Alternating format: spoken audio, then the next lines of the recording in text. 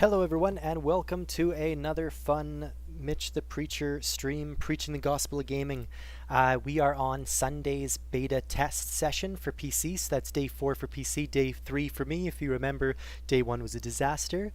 A couple things to start with. A good friend of mine who watched my stream from yesterday and helped me with some fact checking as well as some questions that didn't really occur to me, or if you notice that I kind of asked myself a question during the stream but didn't really know the answer. A good friend of mine, Nostrobia, who you'll remember from yesterday's stream as the guy that I bumped into and enabled in-game mic conversation in order to chat with. He helped me with a bunch of new information, and as well it kind of got us brainstorming in terms of new questions and things like that. So I'll try and go over those questions as they come up, and we'll try to address as many, and also in terms of kind of fact checking and correcting some things I said yesterday, we'll go over some more tips and tricks as they come up. But without further ado, let's jump back in. Today is a 7-hour session. I am not going to be able to stream for all 7 hours. I'm going to stream for as much as I can and hopefully answer all the questions that come up in chat, and when we get all that answered, I got to do other things. So like yesterday, I am sort of on baby duty as well. So if Liliana the Dragon needs to make another appearance in today's stream, she will. If you missed yesterday, don't worry, she may or may not be back today.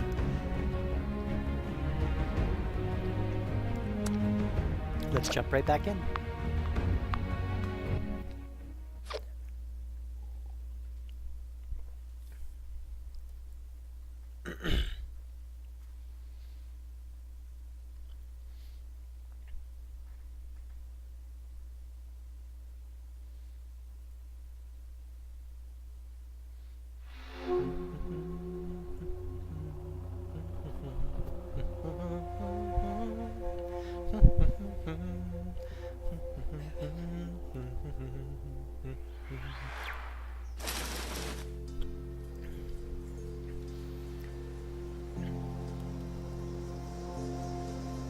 Alrighty, so we find ourselves just outside that mine that we logged out of logged out of, actually I should say that we left after a crash. Good news, Mastrobi also did mention that in the 4 hours that he played yesterday, he did not experience a single crash, so that's definitely good news. It's very possible that maybe my crashes are actually a side effect of me trying to do a bunch of things at the same time, like the streaming, like the kind of goofy webcam workaround that I'm currently using, the Lumix tether software, and my webcam is really just a live preview of what my camera is seeing. Oh, hello. I'm just gonna tuck in here for a moment. So a couple of the questions that I wanted to answer for Astrobia. So one of the questions he asked is, can you upgrade a perk card to split it into 2 or 3? So if this scorched guy doesn't end up attacking me, I can actually do the view thing, so I can sort of see. Let's go into perks. Well, this is a good start. First crash of the day. That was 2 minutes. All right. Let's jump back in. The good news here is that I might actually have just figured out, potentially, a repeatable bug, because I feel like one of the crashes that I've experienced before was actually accessing my perk screen. So let's try to recreate exactly what I just did. And I think that those are called blockers. So if you can actually repeat a bug in the exact same way and describe it, I believe that is described as a blocker. I'm sure Astrobi will correct me if I'm wrong.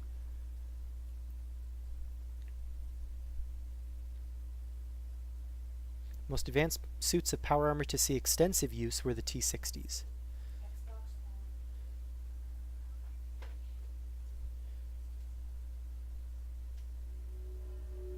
Who needs friends when you're this smart? Daddy-o.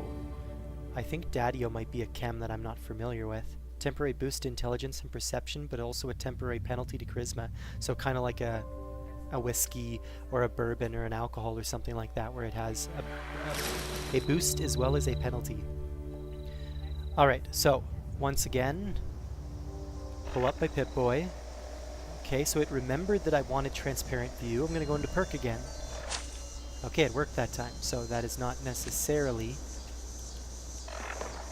perfectly repeatable. Cool, okay. So, what he was wondering is I have a first aid rank 2. Can I unequip that? Go back into perks, find my rank 2. So there is a rank up. I am pressing the X button to rank it up. It is grayed out. It does not give me the option to un-upgrade. So I think that answers that question. A couple questions came up as well in regards to alcohol. A couple people are actually have created a melee build using alcohol they're calling Drunk Monk, which I think is really funny.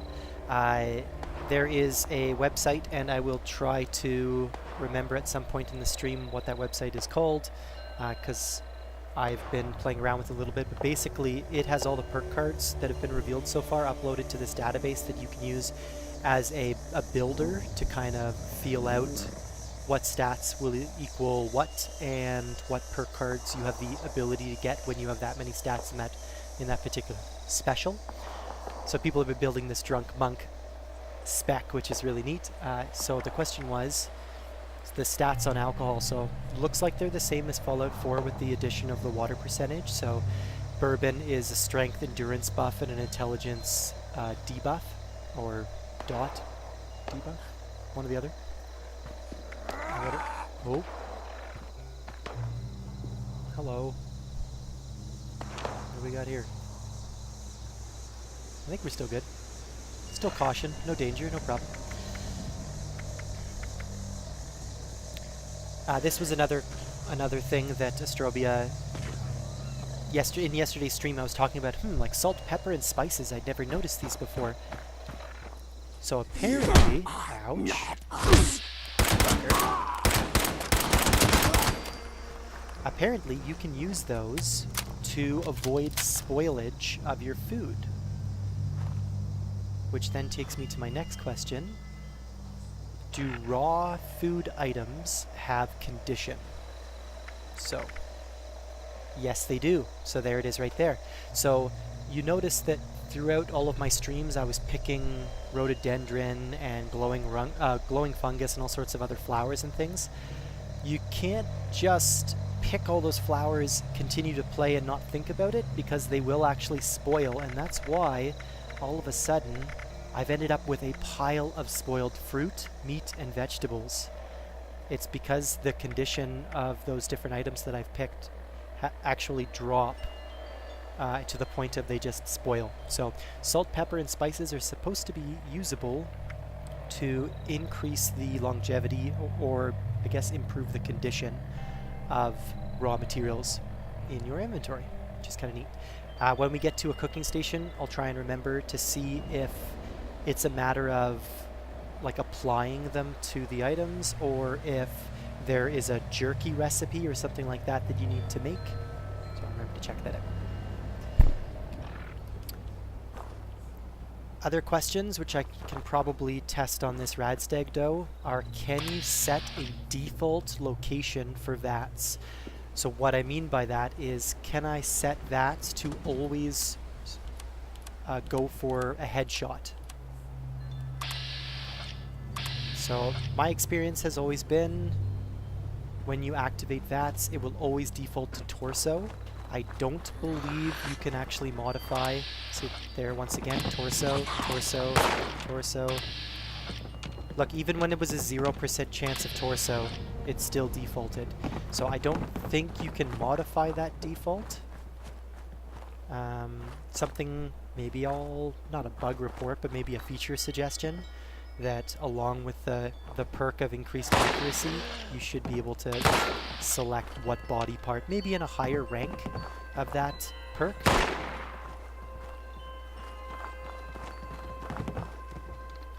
Those are all the questions that I can really answer at the moment.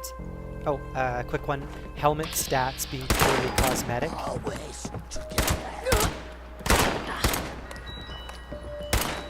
So that came up. as a question from Astrobia is, when you go to your apparel, the diagram that's flashing with my eyes right now, you can clearly see that there is a damage resistance of 0 on my helmet, but I'm wearing an army helmet. In Fallout 4, the army helmet was like a go-to piece of armor when you weren't using power armor. So a little strange that an army helmet is providing me no damage resistance. So don't know if that's a bug or if it's something I'll look into further, but I'll try and get an answer for you then. Are there any other questions from... Well, there's no one tuned in at the moment, but if you're watching this, feel free to comment after the fact or message me on Steam or something like that. Happy to answer any other questions that might come up during the stream after the fact.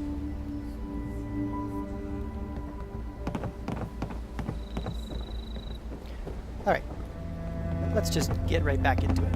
I was curious about this mine. There isn't really a quest that's bringing me here, but let's check it out anyway.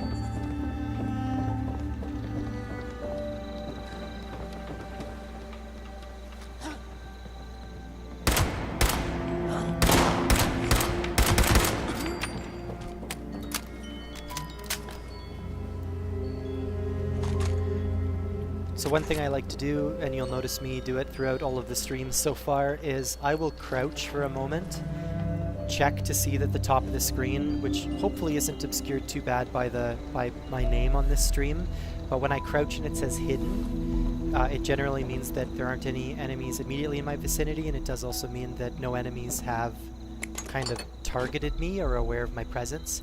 If it says caution, it means that an enemy might have seen me, has now lost sight of me and doesn't really know how to pathfind their way back to me. Danger means that enemy, if you continue to stand around, will find you and will attack you. Looks like I'm hurting for food and drink, so let's sort that out.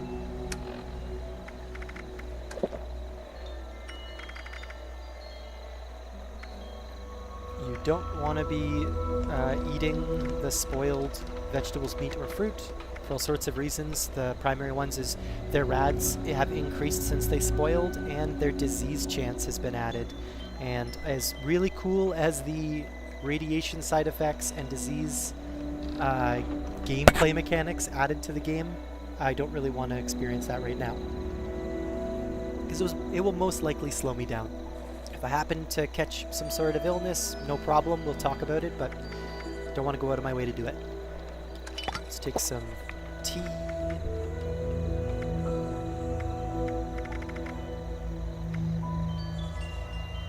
Sugar bombs are not super nutritional. I think there was a joke from Fallout 4 where if you interact with the sugar bombs in the opening scene of the game, I'll have to look up the exact wording on the joke, but I remember it being funny, just like sugar bombs, 100% of your daily intake of sugar.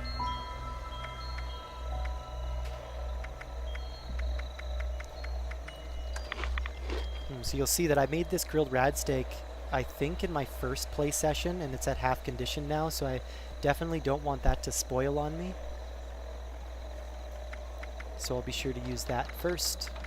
I have also come across 3 disease cures, so I suppose, you know what, just for kicks, let's actually eat some of the spoiled food, see if we get a disease, see what it does, and then we can just do a disease cure to remove it. So let's do some spoiled meat, because it's the highest chance of disease. So 1, 2, oh, well look at that, I get 20 atoms just for acquiring a disease. So what disease did I just acquire? Status, effects. So in why am I blanking? What's the game where you get Oregon Trail? Oregon Trail. So in Oregon Trail fashion, I have acquired dysentery. For 14 minutes, I have periodic water loss. So as if my drinking water situation wasn't bad enough, I now have dysentery. So I can actually go to my items, find my cure disease. Sorry, disease cure. And use that. There's a slight food and water percentage penalty, as most chems do. That's fine. Okay. I have recovered from dysentery. Fun stuff. I don't want to drink the boiled water because it's radioactive and also because it's the base for a lot of the other food and drink that I want to make. Dirty water is kind of like spoiled water in that it has a higher rad and a disease chance, whereas boiled water does not. So Kesha was correct in that boiling the dirty water definitely helps from a disease standpoint, but and it did actually reduce it by about 60% of the rads from the dirty water, but still.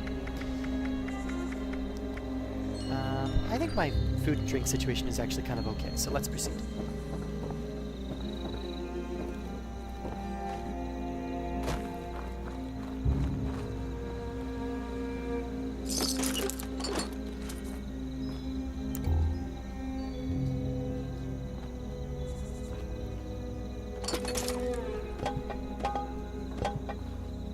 I remember someone saying to remember to pick up lanterns. Let's take a look at what lanterns contain and why that is. So glass, oil, and steel.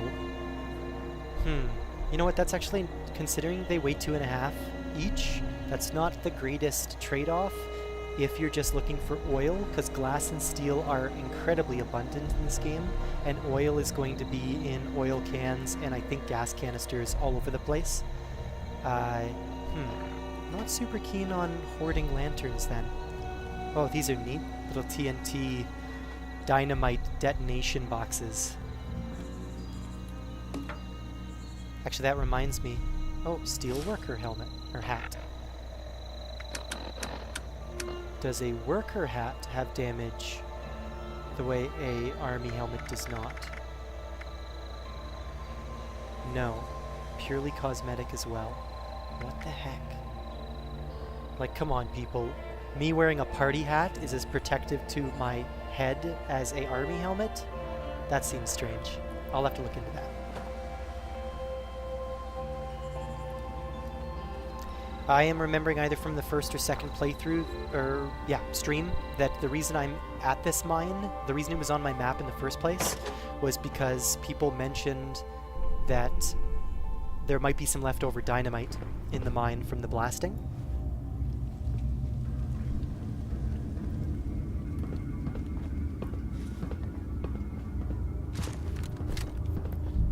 Let's experiment with our new sights.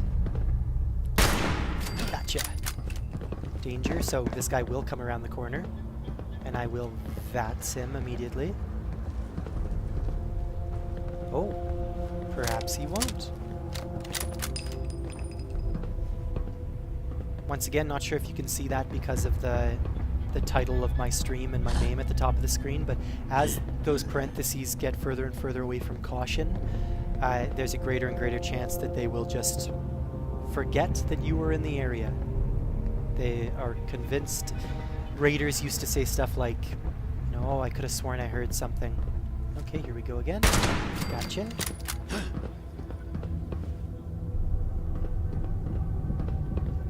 When it indicates caution, there's a much greater chance that if you move, that they'll hear your footsteps. If you turn your Pip-Boy on, they will see your light and they will engage. So I'm hidden again, so let's do just some tippy toes over here. Pick up this bottle of coolant. I will no longer pick up the lanterns. I don't actually think that for the weight that they're worth it.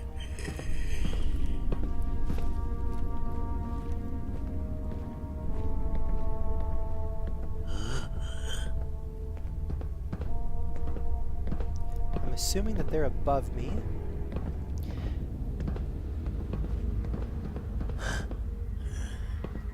One thing I'm noticing different from Fallout 76 from Fallout 4 is usually, and this might just be because my perception score is really low, when that stealth indicator at the top indicates caution or danger, your compass usually shows the red pips and whether they're above or below you. That might just be because I think my perception score is still 1. Switch to my crappy gun and pursue. Gotcha. So still caution. They don't see me.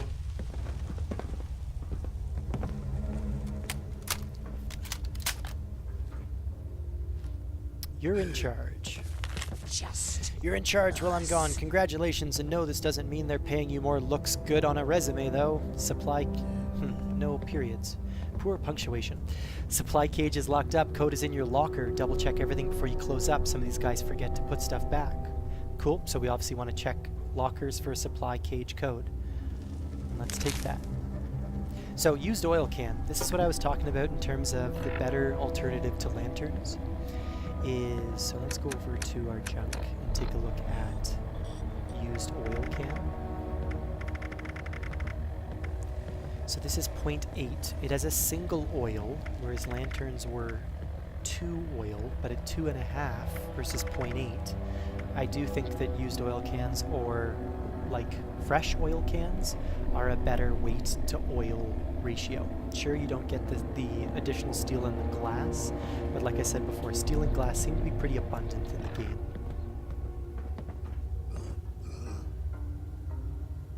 Orange canister, yellow canister, nondescript. Okay, so I've encountered a safe. It requires a skill of 1, I have a skill of 0 at the moment. If I understand correctly, I should be able to jump into my perks, find my pick lock, equip this. Okay, so unequip concentrated fire, equip pick lock instead, and I now have a skill of 1. If you've played, I think, Fallout 3, New Vegas, or 4, you're familiar with this screen. I have 9 bobby pins. This is a skill 1, so I'm hoping that it's not a difficult one. For a Xbox 360 controller, the right thumbstick is to move the actual tumbler. So I'm just going to do a little bit of an adjust to the left. That was even worse, so I'm actually going to go back and do an adjustment to the right instead. Oh, I either went too far or not far enough. Oh, I went too far. So the lowest difficulty, there's usually a huge margin of error. Goodness. And I just blew my first bobby pin. So apparently it's really just like a touch off from center. And there we go. So picked a lock, got some atoms, got a raider chest piece. We can see if that's a better piece of armor than leather, and lots of pre-war money. Actually, that reminds me as well. Does pre-war... Okay, so this is... I don't know if this makes more sense or less sense than Fallout 4. Pre-war money has a value of 0, not even 1. Completely valueless. And a weight of 0.2. I don't know if that's the whole stack of 16 or if each piece is 0.2. Considering it's cloth, and I also feel that cloth is fairly abundant, that makes pre-war money a fraction as useful as it was in Fallout 4. That's weird. I'm trying to determine if pre-war money, 25 years after the bombs dropped, would have had more value or less value. I suppose less value because civilization has not rebuilt itself at all. There is no preconceived value to pre-war money, considering all you'd be trading is from player to player, and the in-game currency in that way is atoms. Once again, not in-game, it's kind of out-of-game currency. Anyway, oh, right, orange canister is copper and steel. What about yellow canister? Copper and steel as well. So I do remember people indicating that copper was a little bit more rare in terms of the junk elements that you might need. So picking up canisters might not be such a bad idea. It weighs the same as a used oil can, and I feel like copper is more rare than oil. So, yeah. Let's pick up all the canisters. Blowtorch. Is steel and oil. So... a lantern is actually much more efficient at 2.5 weight than blowtorches are. I'll keep it for now, but I'm almost over encumbered, and that'll probably be one of the first things I drop if I don't encounter a workbench.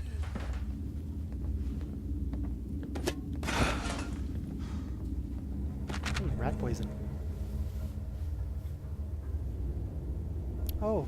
That's interesting. This is actually requiring pick lock of 0. Huh. So it's possible that that first lock I did, the safe, was actually an advanced lock, not just a basic novice lock. Alright, I'm now over encumbered, but since we're in a mine, I anticipate that I will encounter some sort of workbench shortly. And if I have to drop a bunch of crap, then I'll drop a bunch of crap. Oh, hello. Nice lead pipe you got there. Oh, wait, that's not a lead pipe. What was that? Oh, pipe wrench. That was close.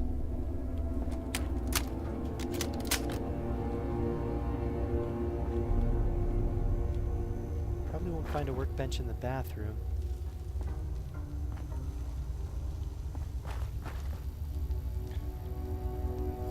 One thing Astrobia did mention as well that I wanted to share in terms of a tip: always look for these message boards, whether they're big message boards like this, whether they're small message boards over a stove or something like that, that have little pieces of paper pinned that you can actually interact with.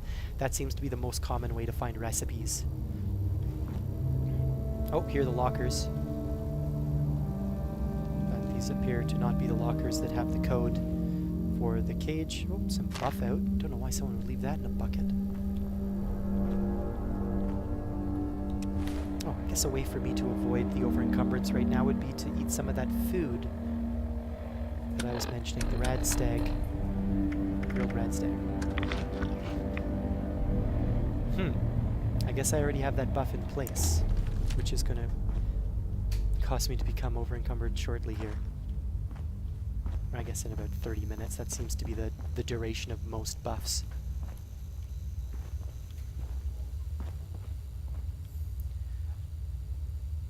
Oh, spices, salt, and pepper. Oh god, a ladle in the toilet. So this kind of looks like someone was mixing something delicious up in this toilet bowl. That's fun. Oh, look at that fresh toilet paper roll. Someone's been here recently. Unfortunately, they did replace the toilet paper roll incorrectly. This is the devil's work. Oh, that just seems to be the way of the world in this particular building. No wonder everybody died in this mine. They were loading the toilet paper rolls upside down. I kind of expected this to be the locker that they were referring to, where I would have found the code. But the search continues. Oh, shovel.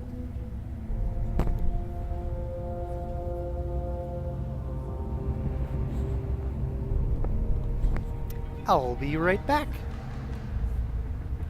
Hopefully the Scorch don't respawn. Actually, you know what? I'm just going to back right out, because if the Scorch do respawn, I'll be dead.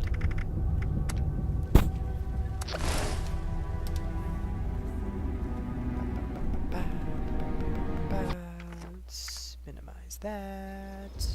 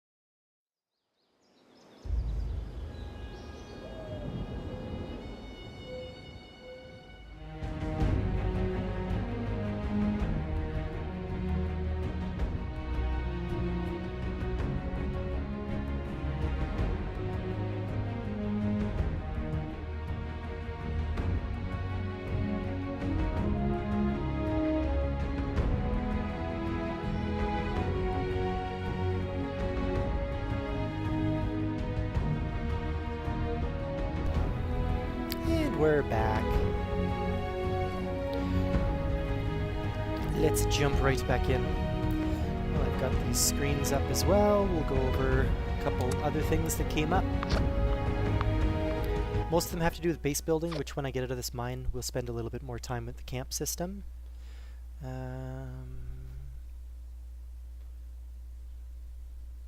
Yeah. And yeah, once again, if we get near a food workstation, there's a couple questions I wanted to answer for him. One big kind of correction from yesterday, which actually is a really interesting story for West Virginia specifically, is when I was talking about cryptids. So cryptids are... Oh, I've been kicked out of the mine. Ouch!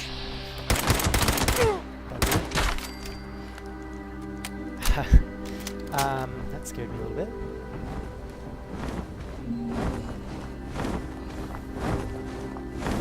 Holy crap, holy crap. And that, folks, was my first Scorch Beast encounter. Well, not really encounter, it flew overhead, but you can hear the flapping of its wings from quite a distance away. Alright, so speaking of Scorch Beast, I think that it might be one of the cryptids. So cryptids are local legends. Historically, they are creatures that taxidermists would create by combining a bunch of multiple animal parts together to make these creatures that would ultimately be used to lure tourists to their place. For these like small towns to build these tourist traps of sorts. So examples of those are like the jackalope, Bigfoot, Wendigos. So yeah, that's kind of the premise behind the cryptids, of which there's many in West Virginia. So let's get right back into the mine. Oh shoot, here it comes again. I am not going to engage it.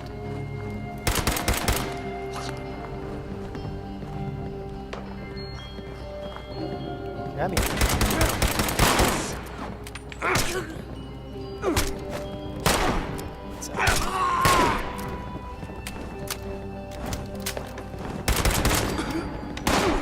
Ouch.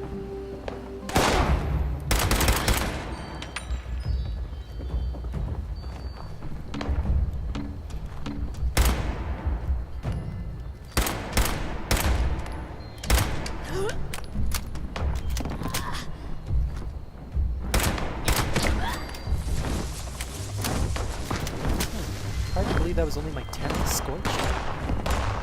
Oh. Oh, here we go. Oh god!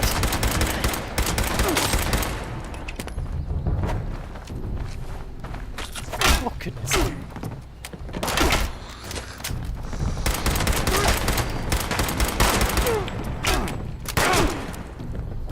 Ouch.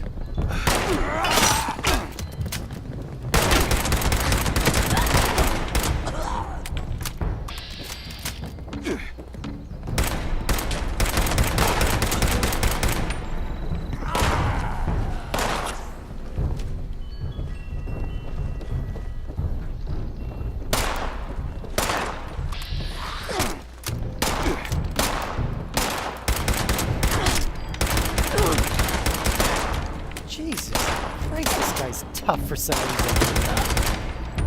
Get the hell out of here. Goodness.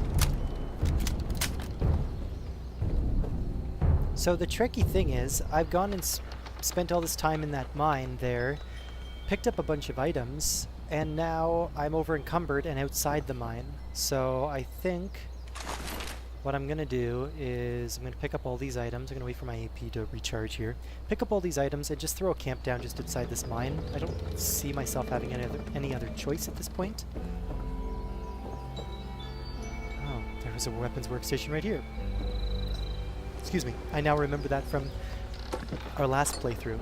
So, first thing I'm going to do is immediately break down all my junk.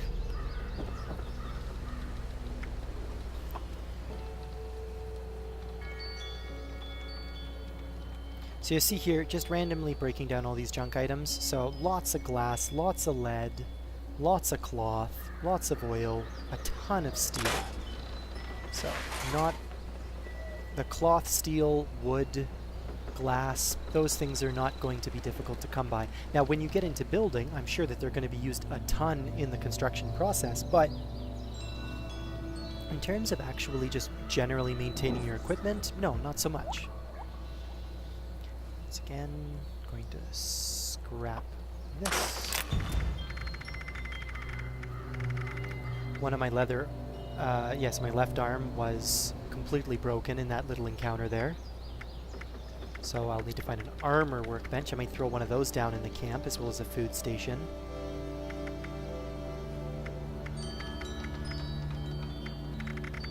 Okay, so I'm not over encumbered anymore because I've scrapped all that junk.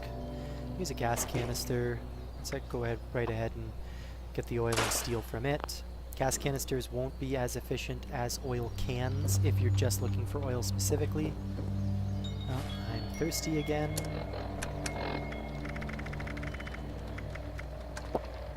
Let's throw purified water in my favorites tab so I don't have to jump back in the menu all the time.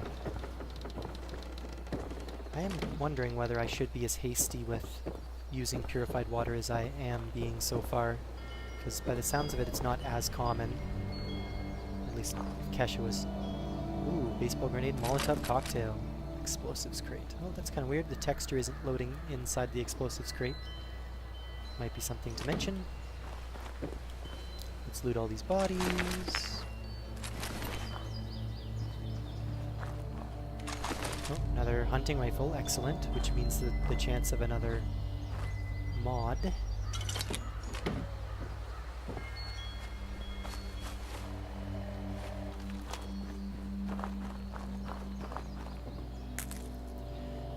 Okay, so one of the questions or tips that came up from Astrobia in regards to camp was the cost of moving your camp, which at this time is 5 caps, is equal to the cost to fast travel back to my other camp. So if we go into menu, we go back to my camp. If I was to want to fast travel... Oh. Well, that was dumb. Actually, no. That makes sense. The cost to fast travel to and from your camp.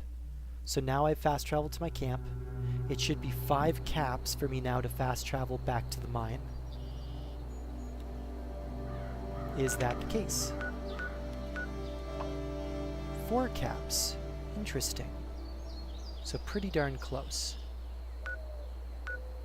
So I'm actually not going to do that since I'm back at my camp and I already have a food station at my camp. I thought I had a food station at my camp. Question mark. Oh. Oh, I've actually put a food station and a weapons workbench down.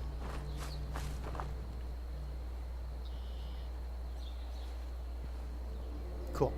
So a couple things that we wanted to test now that we're at our camp. Can you manipulate items in your camp the way you could in Fallout 4, but I know you can't when you're in other parts of the world? So for instance, when we encountered that rad bear yesterday, the little teddy bear, we couldn't just hold on the Xbox 360 controller, we would hold A, I believe it is, in order to lift it up and interact with it. So I'm wondering if I...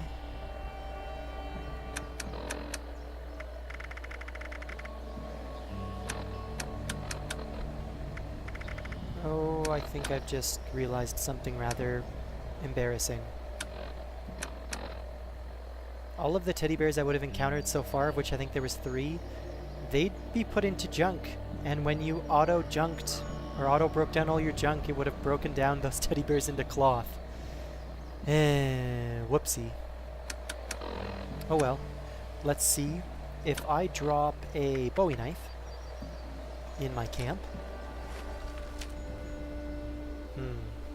It's just a paper bag.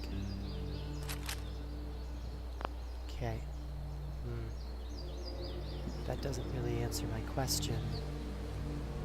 So it would be something I would have to place. But there isn't going to be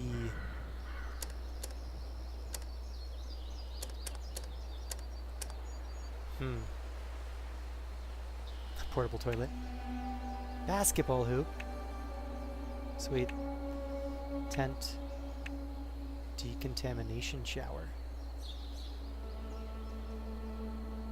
Yeah, I was about to say, there's no way I already have the plans for a decontamination shower, because that's some later level stuff.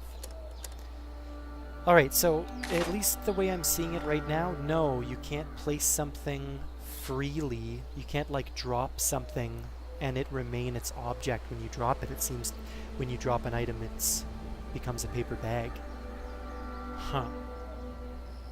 So, consider that question still kind of MIA. Or answer is missing, I should say. We see that just taking a look over there, all the Scorched have respawned in that little Scorch camp. What other things came up for camp? Oh, why would you, when you can, so let's exit this, when you can transfer to your camp, why would you also need to build a stash box? So Astrobia said that, and I'm going to test this, your camp inventory, you can store all your junk, no problem. But if you deposit something like a weapon into the camp, so let's throw just a random, let's throw this busted pipe bottle action pistol. If I store that in that camp, will it remain there when I move my camp? Which I'm going to do, I'm going to move it just outside the mine, because this hill doesn't give me any space to actually build on. So let's go here. I'm going to switch to modify. I'm going to store. This was something I noticed as well. Be very careful. It is scrap/store. So I can either scrap it for a fraction of what it was used to make it, or I can store it. I definitely want to store it. That's the same button as I press to access this menu, not A. So in this case, scrap would be bad. Store is what we want to do. So that's now stored. What else have I put down? I guess I didn't end up putting the food station back down. That's fine. So now, the other thing that came up was how do I store my camp? But I guess I don't. So I'll exit, fast travel, and it's going to cost me 9 caps. 4 caps to fast travel to the mine and 5 caps to throw my camp back down. Why can't I just break my camp down and put it back in my inventory? It's so strange. Oh, please. What is that? Oh. Hello, you little buggers.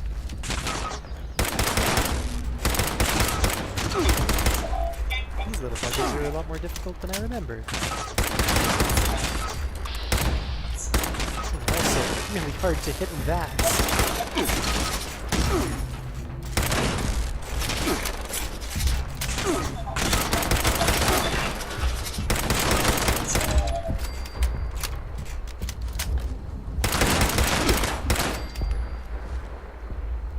So, corpse is still ragdoll, so when you're killing people on an incline, remember that they will roll downhill. So, don't know where those guys came from, but they just kinda were a little patrolling robot army. There's some more Todd rays for you. We did talk about wanting the light rays and the depth of field effect to be toggleable, hopefully by release or shortly after release. I think it is kind of cool that I'm looking at that bush, oh now I'm looking at that building and it comes into focus. But it does actually cause kind of some unintentional eye strain, because just because my crosshair is looking at this hill does not mean my eye is not looking at that church right now, or whatever that building is over there. Anyway, back to it.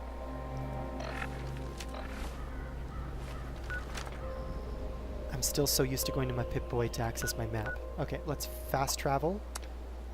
Yes, 4 caps, no problem.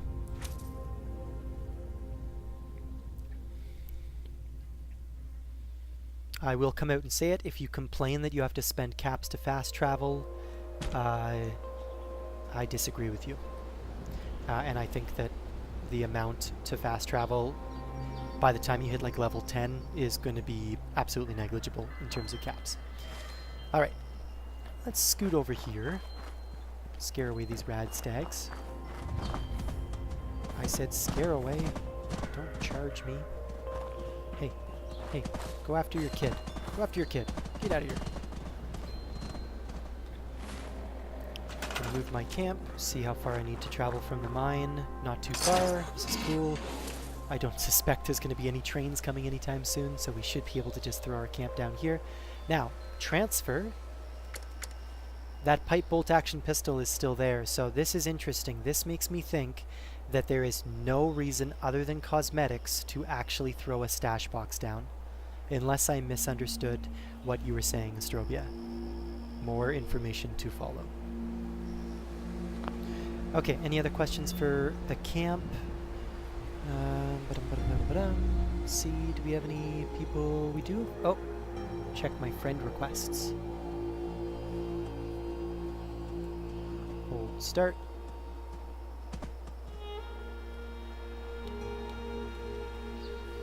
Let's see what he meant by that.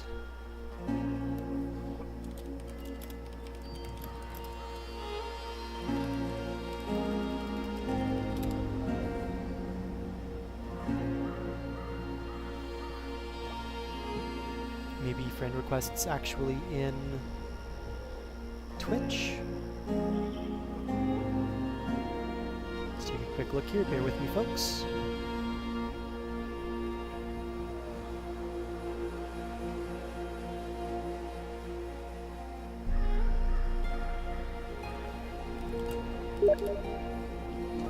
We've become unfriended for some reason. Huh. It says that we're still friends, but that you're offline. Do you want me to unfriend you in the friends and see if I can receive another friend request from you?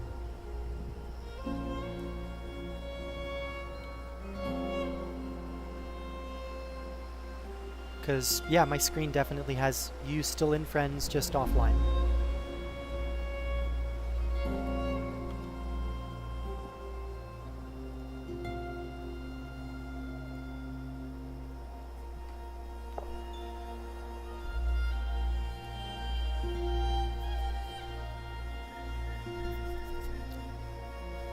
Let's build, let's go to our stored. I actually really like the fact that stored has its own tab, because all I'll do is every time I move my camp, I'll just store my workbenches and throw them back down. That almost, yeah, that almost seems imbalanced actually, because this is super easy to just do this whenever I need to. What are you doing? Get out of here, Radstag. I do find that the distance that it wants to construct things is sometimes a little bit awkwardly far away. There we go. Yeah, I'm actually going to delete that blueprint because upon figuring out what blueprints are actually for, they're more for using multiple wood panels to construct a house and then making a blueprint of that house that you can just plop down anytime you like. So let's go to crafting and throw a armor workbench down as well. And I actually don't have any variants of an armor workbench. Boom. There we go. A little home away from home. So let's repair that piece of armor that got busted. No problem. Oh, crud, I kind of meant to check that upon repairing it, did its total condition bar actually decrease? I don't think it did. I think the only thing that affects the condition bar's total size is how modified it is.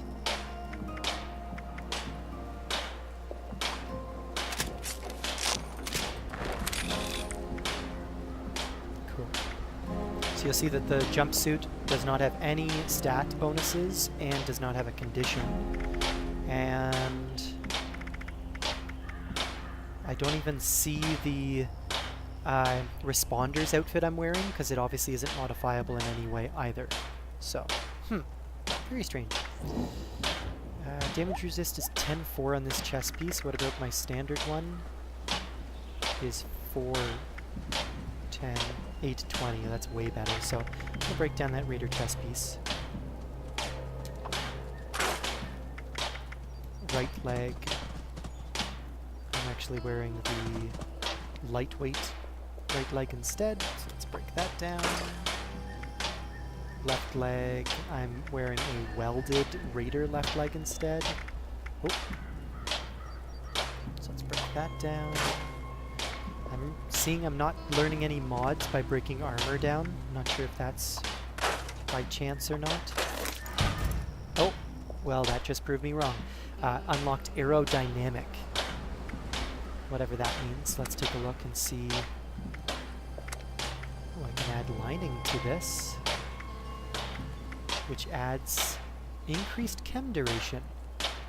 That's neat.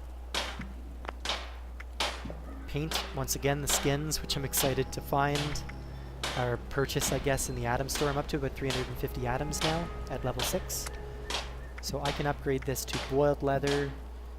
It does not take that much in the way of resources, so I might actually do that. I anticipate I'll keep this legendary piece of chest armor for quite a while, so I don't mind spending some resources to mod it. And look at that, more atoms.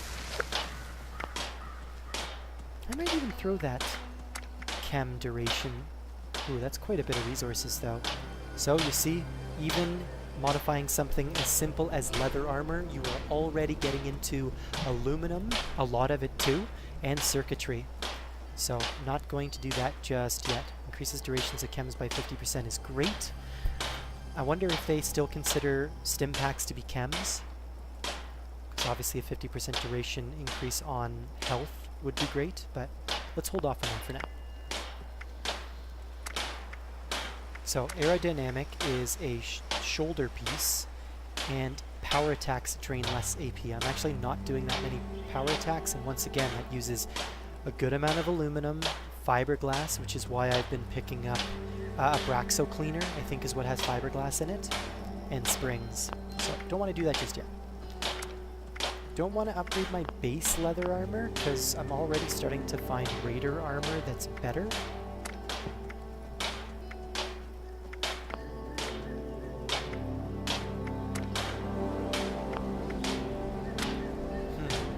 Weird that the jumpsuit has a lining option. Wonder what that's all about. Anyway, let's see. Let's move that just a smidge over so I can see both those screens. Okay. Yeah, let's move that right over. Oh, not onto my screen. Oh, get out of there. Get out of there. Now I'll just close it all together. Whatever.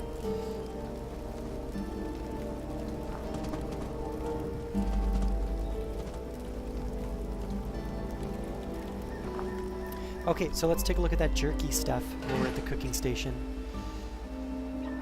All food, healing, meat, plants, prepared, and utility. So this came up in my conversation as well.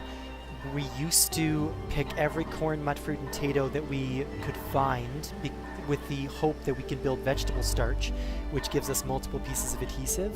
However, corn, mudfruit, and potato will have a condition, and if they deteriorate, they will turn into spoiled vegetables, which will then be no use to you for vegetable starch. The only thing spoiled vegetables or spoiled fruit or spoiled meat seem to be good for is fertilizer. I'm sure there's some other stuff as well, but that's all that I've encountered so far. Okay, so let's whip up some boiled water while we're at the fire, which will open up some options for some other, well, if I had more plant stuff, it seems like everything is deteriorated into spoiled vegetables, plants, and food, or meat. So that's fine. So I'm not seeing anything. It might be a recipe thing in terms of turning meat into jerky in order to get it to last longer. Otherwise, I'm not actually seeing the salt, pepper, or spices stuff just yet.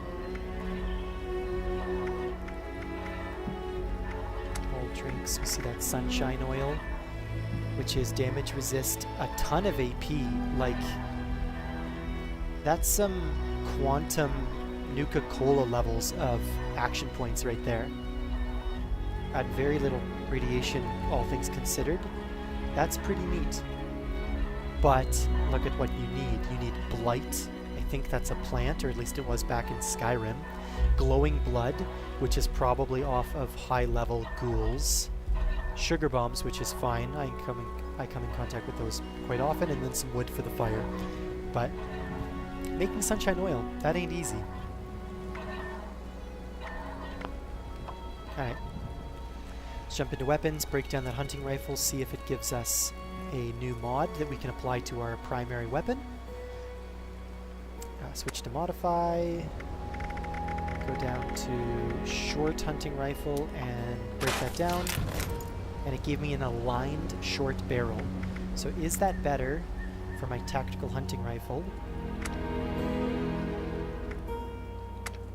I can't build it anyway, but it is improved range, recoil, and hipfire, but not even close to the range of a long barrel. My intention is to take my hunting rifle all the way to a full-fledged, just absolutely obliterating sniper rifle. I would call it that, but the game does not allow you to rename guns yet. I'm not sure why that is. I have a feeling that that's probably something to do with TTP. If you're not familiar with TTP, if kids are watching this stream, earmuffs. TTP means time to penis. It is the developer description of if you give someone the ability to make a penis in-game, they will immediately do that. Obviously, that in the camp system is probably going to cause us to create buildings shaped like penises all the time, but in this case, it just means that if you give someone the ability to rename a gun, they're probably just going to call it my gigantic penis, or something like that. So, yeah, we'll hold off on that. Still looking for that gunsmith perk, which I need to level up in order to get, and I'm not going to level up by... Well, I could level up slowly by pissing around in my camp, because breaking down stuff does actually give you experience. And I will actually break down some of this stuff.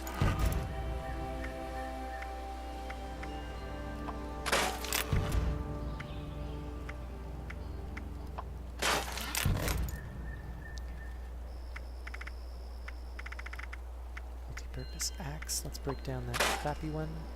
No mods, oh well. Tricky thing with how when you mod an item, its name changes a bit.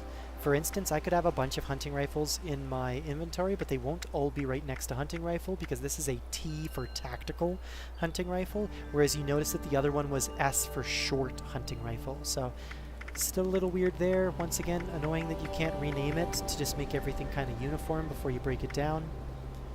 But yeah. Alright, let's go back to this guy. We are going to transfer all of my junk.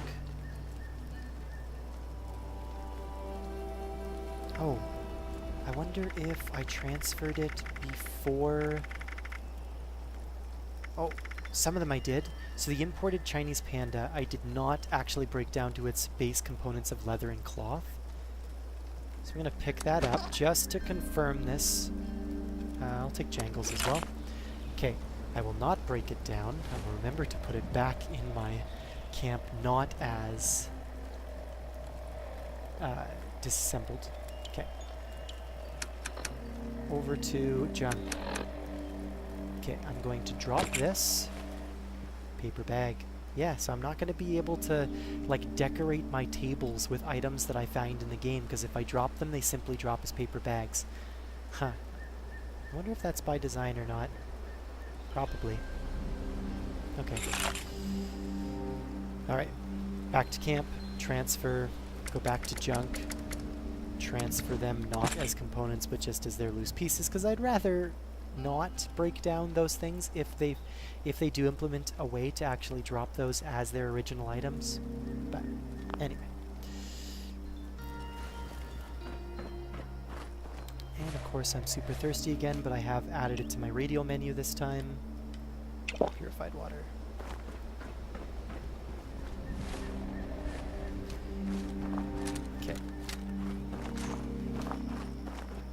right. I broke down the favorited version of the pipe pistol I was using. Let's just go knock some heads in with, well, cut some heads in with the multipurpose axe. Let's fave that one, and we'll bounce back between the axe and the hunting rifle to conserve ammo.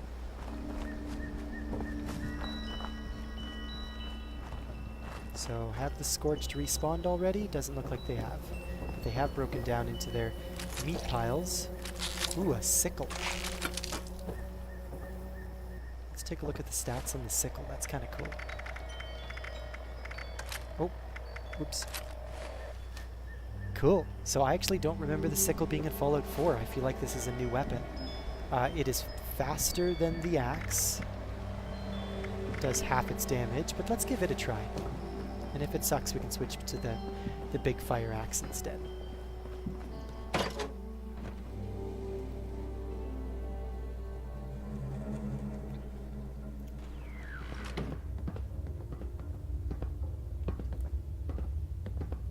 Let's do a little stealthy sickle action going on here. What? Gotcha.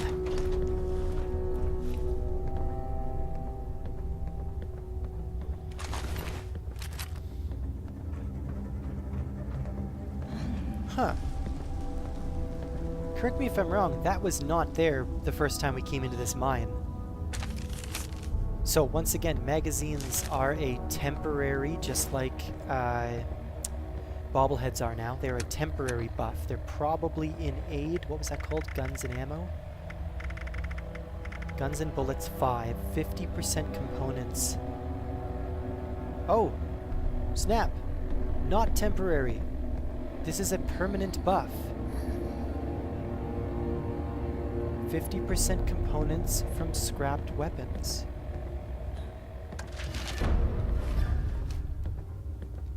Let's just confirm that it is not an effect. Oh, it is an effect. It just doesn't tell you. 30 minutes, I get increased components from scrapped weapons. That was dumb of me to use that. That would have been an excellent thing to hoard when I actually have a bunch of weapons to scrap. Whoops. But hey, that's why I'm doing this. My learning is for your advantage. This safe can be picked again. It is a skill 1, not a skill 0, which does exist.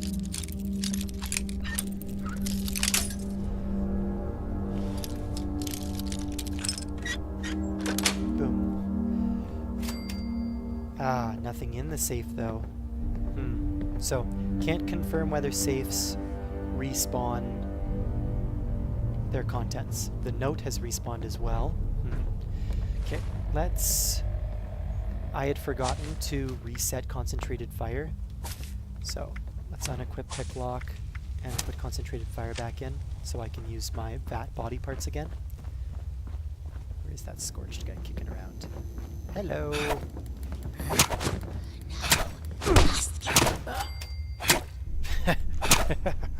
Hit him a couple times on his way down.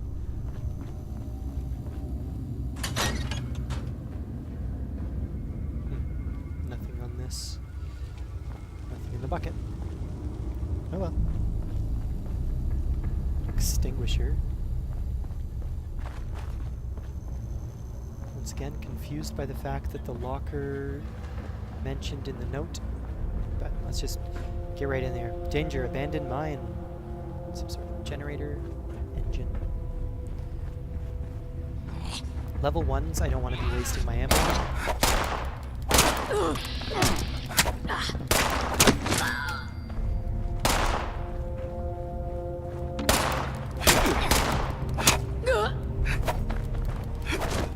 just gonna claw me, are you?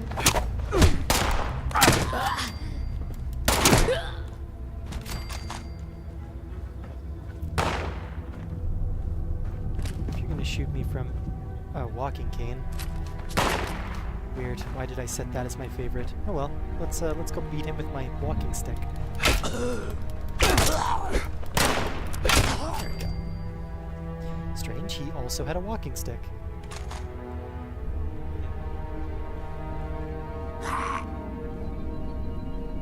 Where are you, you bugger?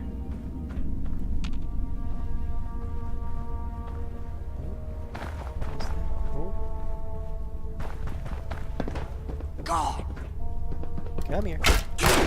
Come here. Ooh, a busted pickaxe. And I leveled up, which is exciting. Because I have a perk card that was level 7 requirement, so if I want, can actually sub that in now. Let's level up. Throw another intelligence and hope that I find the gun nut. And I'm still not finding the gun nut. I hope gun nut is still in intelligence. It would be a whoopsie if it wasn't. Radaway removes 30% more rads. I like that, but if I end up putting more points into endurance to remove the radiation of food and water to the point of 0, I feel like I won't be using Radaway nearly as much. So let's do Stimpaks instead.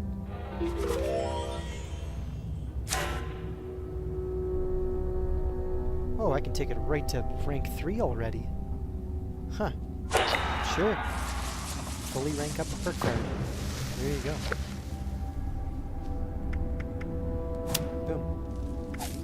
Okay, do I have... So I still have a luck point that I'm not using, but I don't have a luck card. And then a bunch of perception stuff. Focus fire to gain accuracy and damage per shot. So I'm still going to leave that the way it is. So you do get perk packs every 2 levels. So I wasn't 100% on that last stream, but I am now. Every 2 levels you get a perk pack. Getting lots of explosives. Let's make sure that those are equipped, and maybe I'll start using some Molotovs.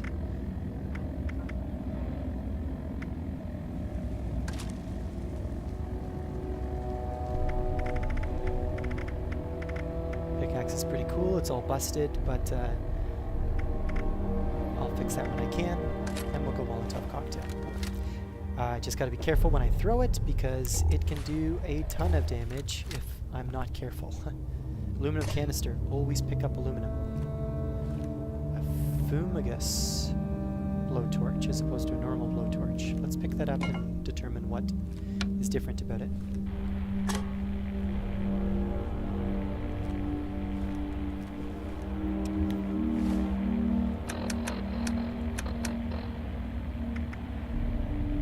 Ooh, so weighs more, but is a lot more efficient for oil and steel.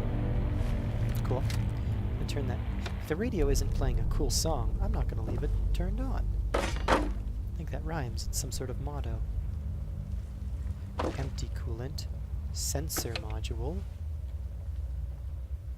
So, what I was talking about earlier in terms of manipulating objects, so see this box thing here? I want to be able to see what's in it without having to like jump awkwardly. Normally I could hold a button and it would allow me to actually move it around. So, strange that it's not allowing me to do that anymore when things are positioned in such a way that I can't determine if there's even objects in it anymore. Maybe they've just stopped putting objects like that in. Light her up. Yeah, let's play it. Okay, gang, the boss wanted me to leave you some instructions, since you apparently can't run this mine without me holding your hands. We're gonna light this place up today. The holes are drilled, so just get the dynamite packed in and wired up. Make sure everyone's a safe distance this time. Tommy, you do not touch the plungers. Got it? Plungers, so those will be the items guys this month. I was talking about Carl, earlier. you're in charge. Don't fuck this up. Oh, F-bombs. Gotcha. I think that was a crotch shot. Okay, that definitely should have been a hit. It's fine. Walking cane. I guess I shot the walking cane and busted it. Pre-war money, once again, basically useless, but I'm going to pick it up out of habit. Footlocker, 0 skill. Don't need to put the lockpick perk card back in.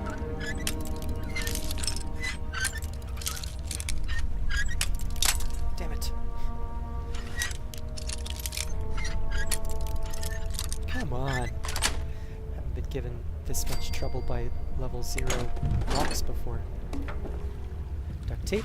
Always keep an eye out. Let's go down here first, check it out. plunger would be in a mine. Okay. Well, this doesn't look good.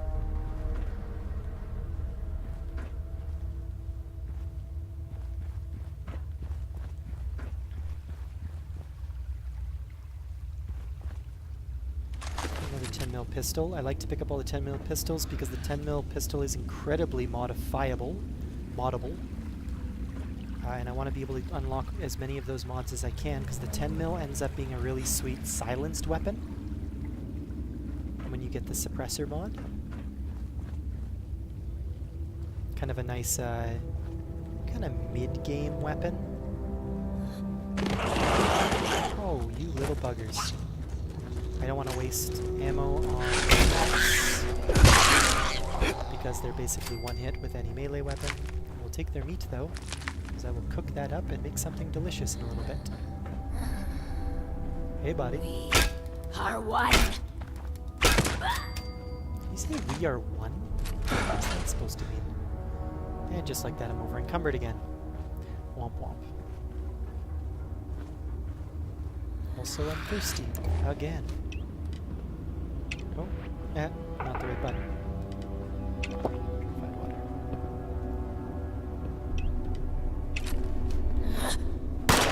Kinda weird. See, the animations aren't moving on his legs.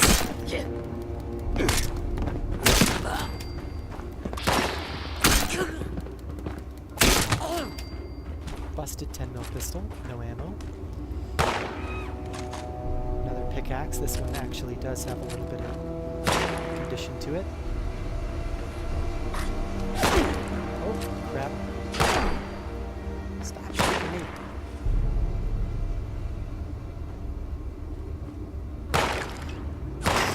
Get my rifle back out. Get to work. Gotta get to work. Where the hell are you? You're hiding too. Oh, the headshot. So you'll see when I'm crouching there's still danger, so there's still an enemy that's actively pursuing me. Probably an unarmed one that's glitching, or a armed one that is taking cover. So, might as well pick up all this crap. Ooh, pack of duct tape. That's brilliant.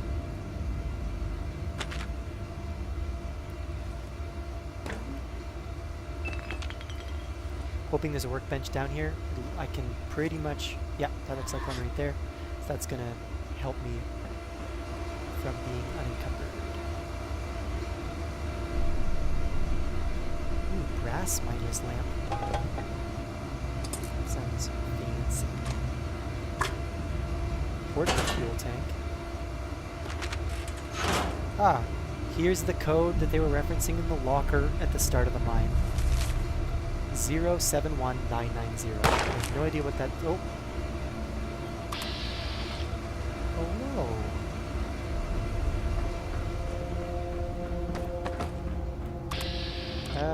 You are glitched into the ground. Well, that's fun. Oh, stay still. Stay still. Gotcha. I'll free you from your cage.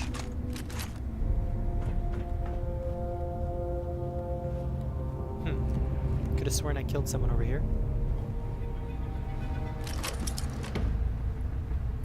Oh, some Wonder Glue.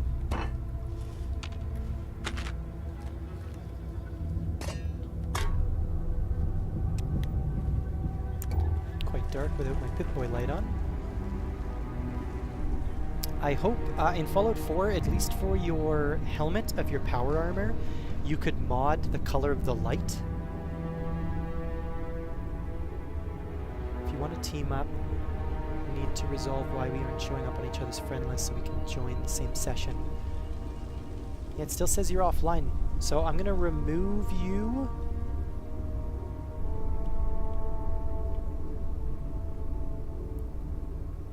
And then I'm going to see if you show up.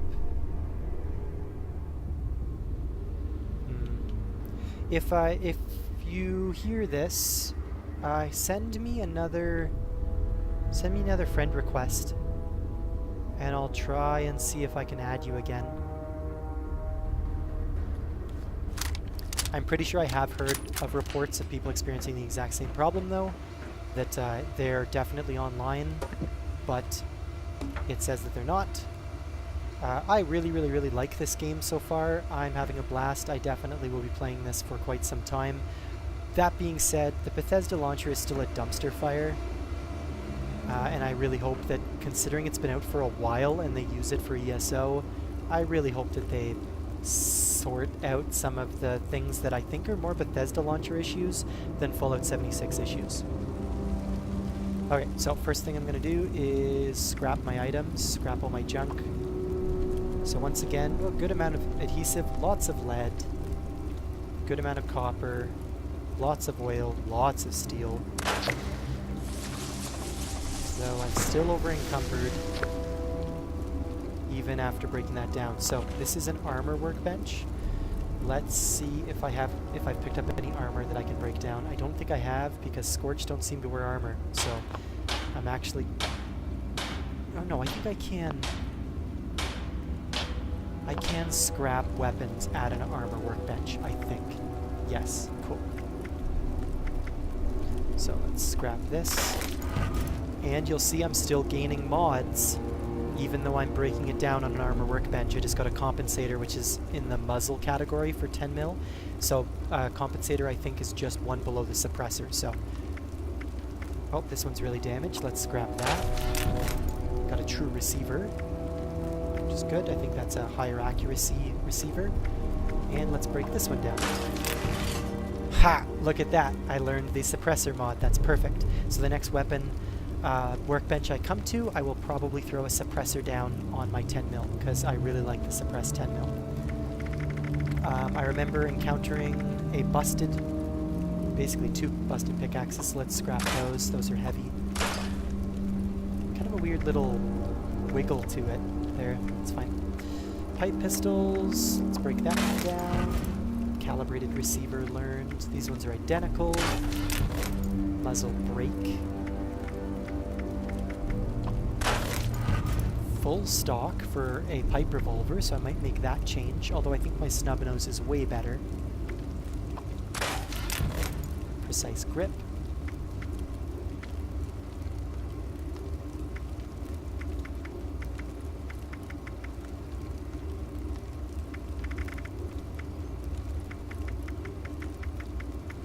Machete.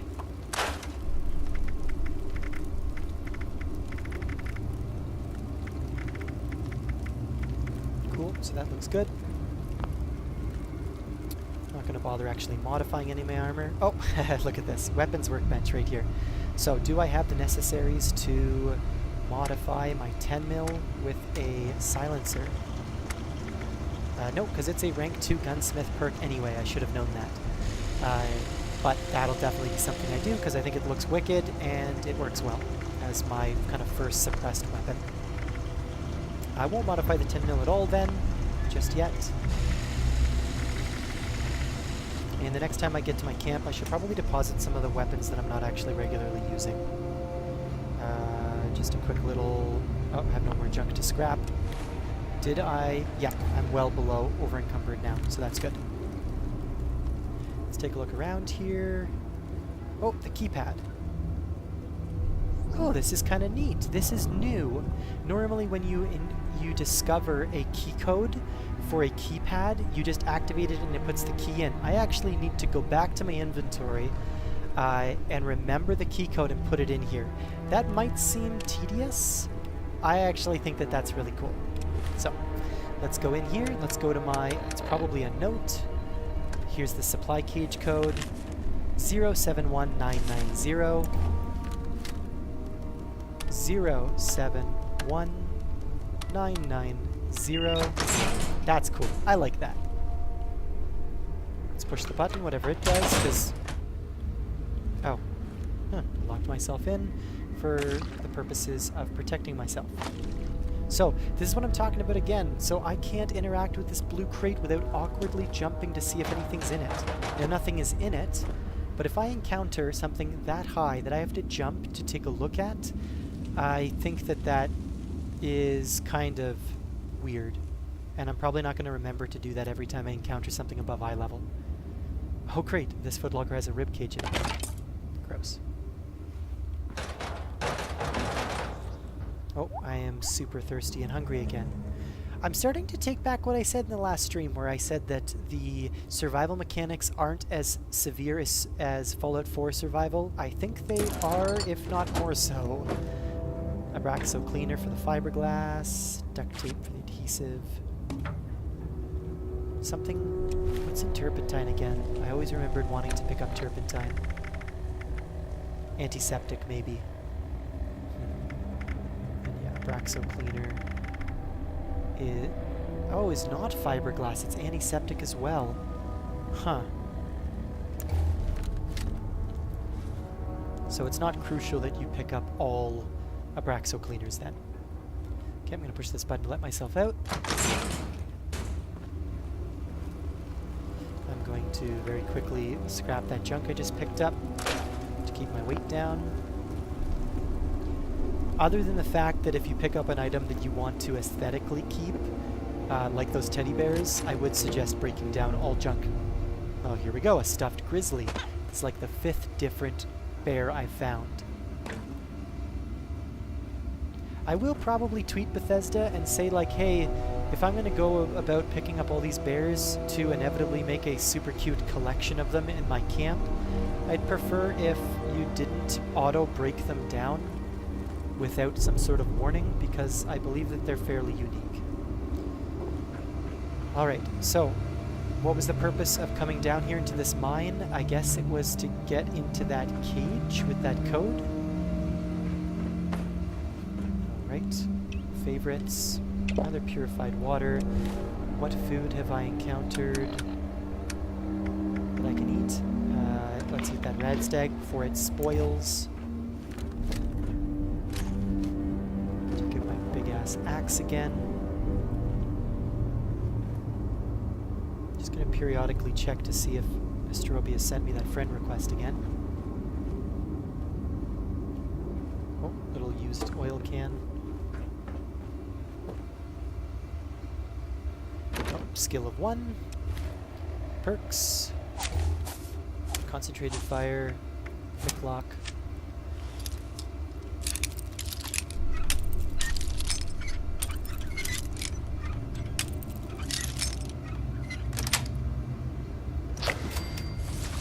Pick 5 blocks, get some more atoms, frag, grenade, mine, gold watch, and duct tape. Perfect. Ooh, aluminum cans. Yeah, I'll put the tin can as well, why not? Extinguisher, I'm probably going to want to go down and break that down, but now I have to consciously remember not to break down the teddy bear. So is it easier to go into junk and scrap without scrapping the grizzly? Yes, I think so. Oh, see? I knew it was going to do that. You always have to be careful. It jumps right back up to the top of the junk list. Okay, so I need to be mindful. That's weird. Kind of annoying. Like the animation, it almost looks like you're pulling it from behind your back. If it's holstered, is it on my back? No, it's not. I'm just pulling it out of my gigantic pocket. Oh. Immersion! I think that's it for this area. That was up there. That was over here. I feel like in this mine I should have found the dynamite that they were talking about. Otherwise, I kind of feel like I've fully explored it, and that's that.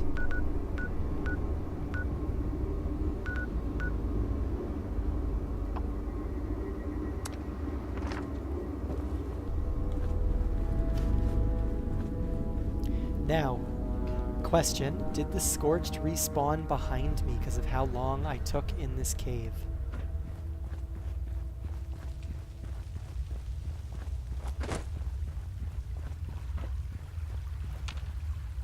Nothing so far. Some people mentioned that something like the cave, the reason why it has a load screen is because it is effectively loading you into an instance.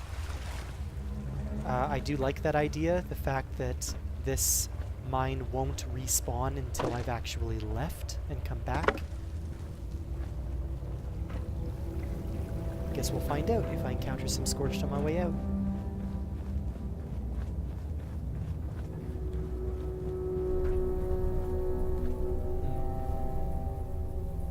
Wonder why I have 2 viewpoints. Or 2 checkpoints, but they're pointing me to 2 different locations. One up, one down. That is kind of weird. There's no local map that I've noticed so far. Doesn't look like it. So I can't look at a map of this mine specifically, even after I feel like I've cleared it.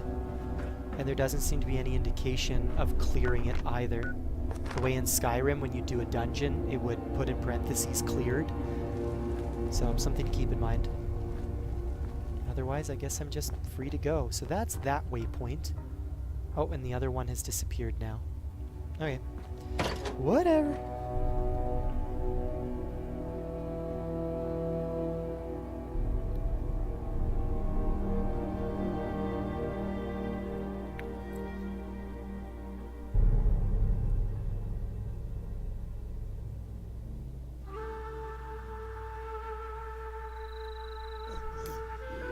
Oh, the Scorched have definitely respawned outside the instance, though.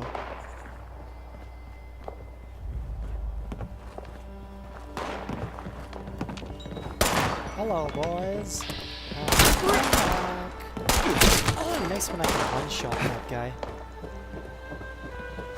Is the guy still up here? No. Oh, I don't remember coming up here. Fancy lads, snack cakes. Oh boy. Ouch. Axe for axe. That seems kind of strange to me.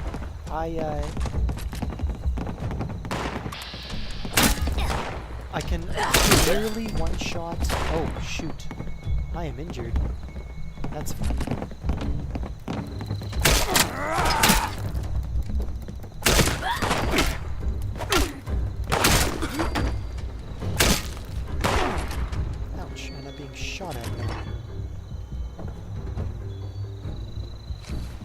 So I'm gonna cure that limb disruption with stim packs. Right up here. Neat. Baseball grenade. Oh right, I keep forgetting to use my Molotovs. There's a guy over here too. Switch to my hunting rifle. Out.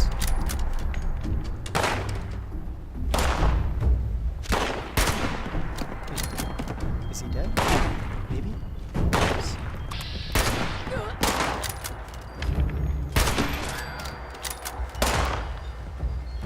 Hunting rifle that I can break down for more mods. Typical Skyrim jumping puzzle fashion. Come on, come on! There we go.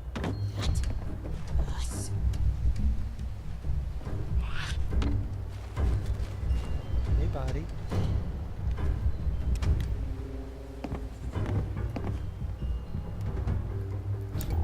Interesting viewpoint up here. Head up there to drink some beers.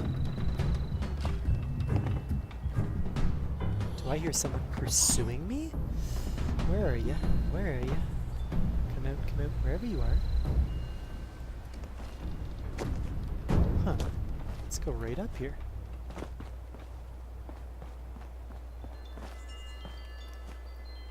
Huh.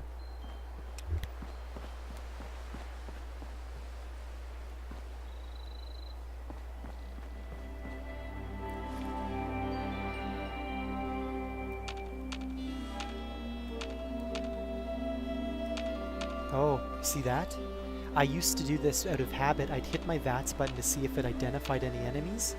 Hitting VATS, even if you don't acquire a target, uses action points.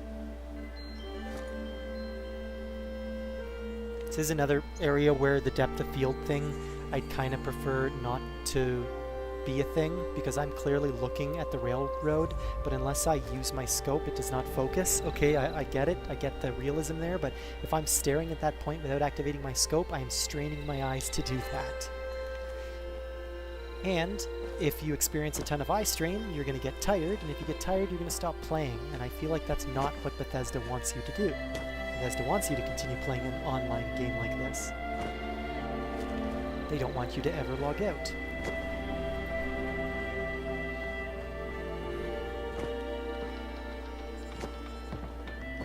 Let's go back over here, see if I missed anything, and take out that level 1 Scorched that attacked me. Also see if I missed any bodies.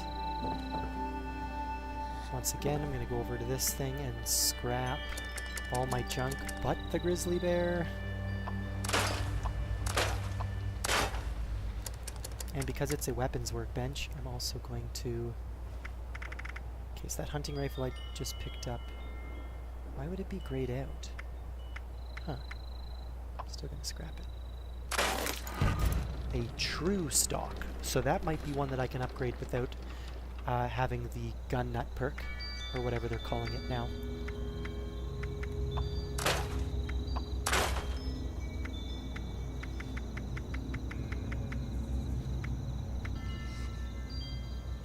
Okay, so let's switch to modify.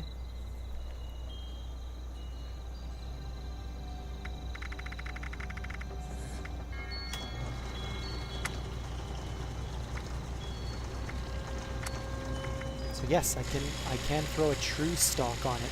Weird that it looks just like the Align stock, like it looks like a high-end stock. I am going to throw that on there, because I think it looks wicked. Yeah, like that's really starting to look like a sweet hunting rifle now. Boom. This rifle is looking legit. Speaking of hunting rifle, there's another one. Let's go break it down and see what mod it gives me.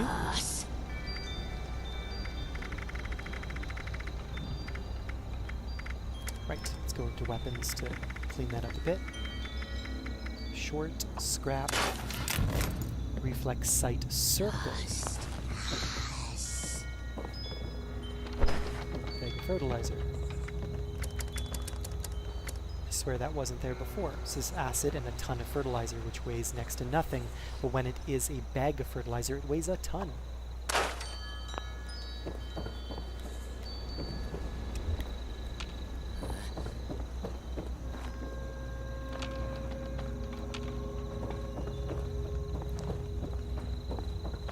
Oh, hey there. Gotcha.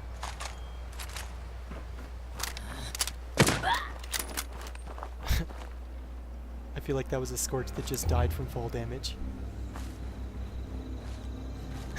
Where he went, we'll never know. Or where she went. I think it was... Don't assume my gender. I think it was a girl. Pretty sure. Okay. So let's head over to our camp, which I conveniently built right next to... on the railroad tracks over here. Oh, someone killed that frog. Cute little thing. I believe they're like iridescent in this game, which is kind of neat. So if you just see a jumping light blue, neon blue frog, that's what that is.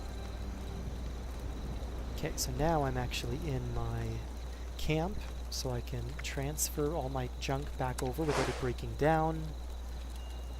Although, something to keep in mind, if you apply a mod or build something that requires the ingredients that are in those teddy bears, it will tell you what it's breaking down to create it. See if I can come up with an example of that. So let's just do something really simple, like a floor. Intersects with an existing object. So if I go to throw this down, if it needed to actually break wood down from some kind of larger item, it would tell me that. This might not be a good example though. So this is going to require Steel and wood. Once again, I've got a ton of steel and wood, probably. Gear rubber wood. I don't really have a good example of that right now without wasting stuff. So bear with me. Oh, okay. How about a turret? Apparently I had all the resources for that anyway. Don't know why I pointed it that way. Probably would have been smarter to point it toward the mine to just farm scorched corpses, but another interesting thing about the camp, so in the top right you'll see the word budget, and it's about, I don't know, 1/10 the way across, maybe a little bit more. That budget is referring to how much stuff you can put in your camp radius as a limit. Oh, give me a moment. My little one appears to be up. I will be right back. I'm feeling pretty safe in my camp, so I'm actually just gonna crouch here and switch my be right back screen on, and I will be right back.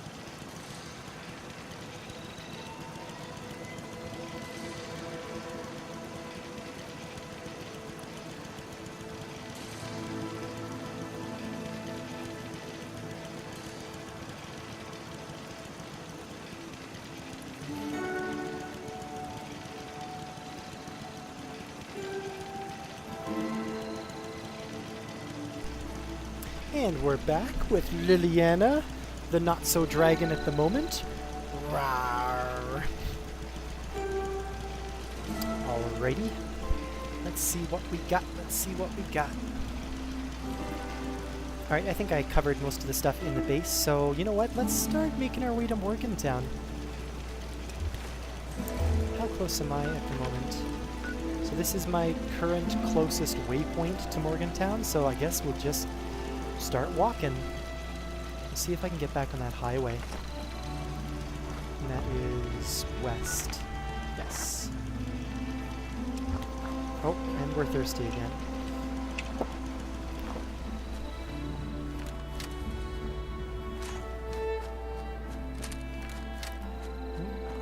Slocum Joe's again. I think this is where the guy yesterday didn't think his mic was on and started cursing me out. And then when he realized his mic was on, he felt pretty sheepish.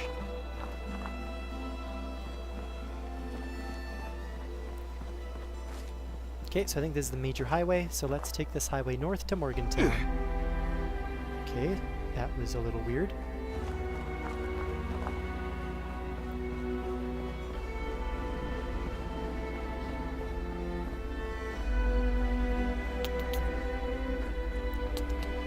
Hello. Hello.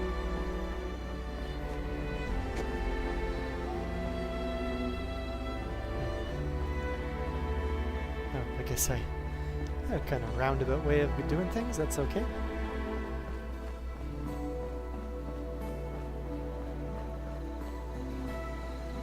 I'm already super excited about how this hunting rifle's turning out. Got a proper stock on it and a long barrel, little sight.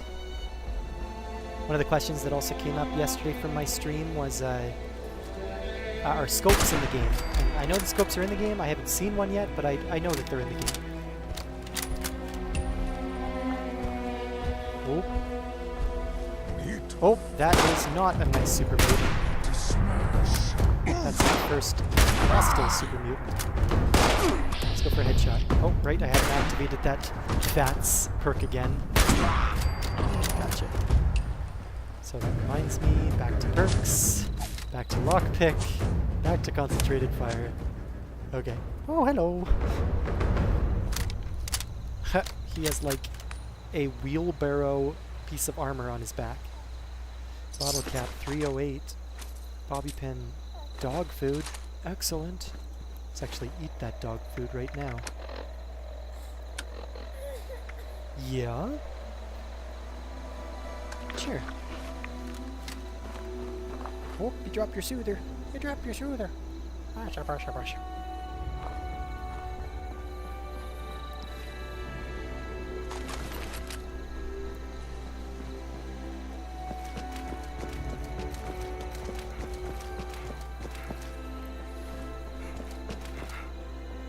Grafton. That sounds familiar. What am I making out here? So.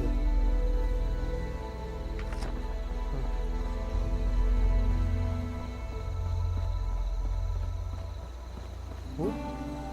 That is a hostile Protectron. Don't know why. Oh, shot him in the ass. Sneak attack bonus. Oh.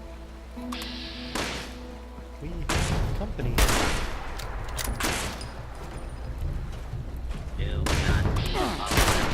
Law and order will be restored shortly.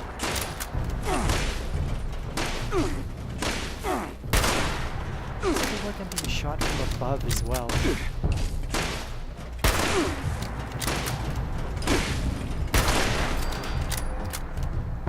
That was weird.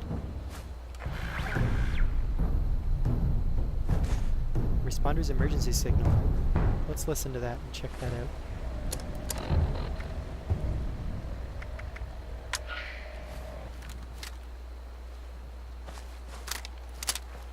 Bring any weapons you can. The Scorched are coming, and there's a lot of them. Please hurry. There's not much time. Chavez out. This message will repeat. Oh, up there, that almost looks like that might be a major structure. On the map, that would be... Oh, maybe that's just the highway. No, past the highway. We need all hands at the Morgantown Airport base. I repeat, all responders report to Morgantown Airport right away. Bring any weapons you can. The Scorched are coming, and there's a lot of them. Signal lost.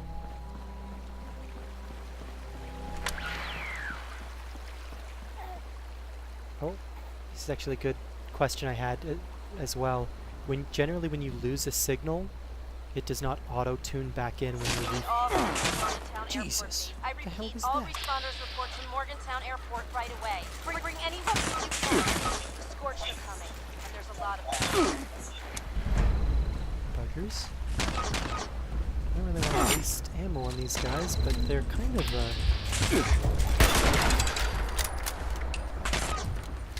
So yes, it will tune back in when you reacquire it.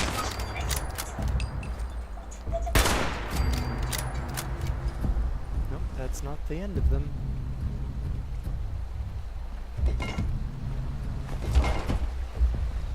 Man, I'm gonna have a lot of fusion cells. This message will... Wait, was that that popped up real quick there, propaganda, so I actually have to go back and turn that off. Okay, so quiet down, you. I think that they had a propaganda poster on them, so let's actually go over to miscellaneous notes. Propaganda flyer. So this is what this robot had on him: rebuilding the future for a broken nation. It's basically communism in the United States. Fun stuff.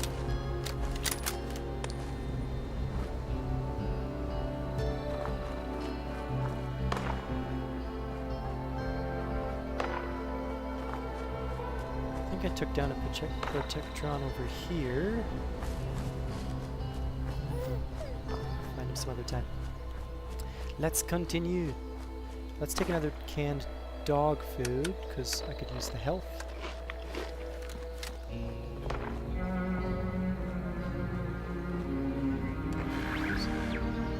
Oh, Grafton radio station. Let's tune into that and see what's up. Oh. You are listening to WGRF Grafton Radio. Oh, the mayor of Grafton. I am your host, the mayor of Grafton. Okay, is anybody listening? Anybody? That's what I thought. Well, if anyone does hear this, please come see me at City Hall. I have something that... never mind, just come see me right away. As in now or sooner. You are listening to WGRF That's all right, Grafton. So that triggered a quest, which is bringing me to... Oh, interesting. This junkyard is actually a claimable workshop that's providing Callie Calypso Heart with resources. Huh. Let's go take a look and see if I can, like, claim it off of them.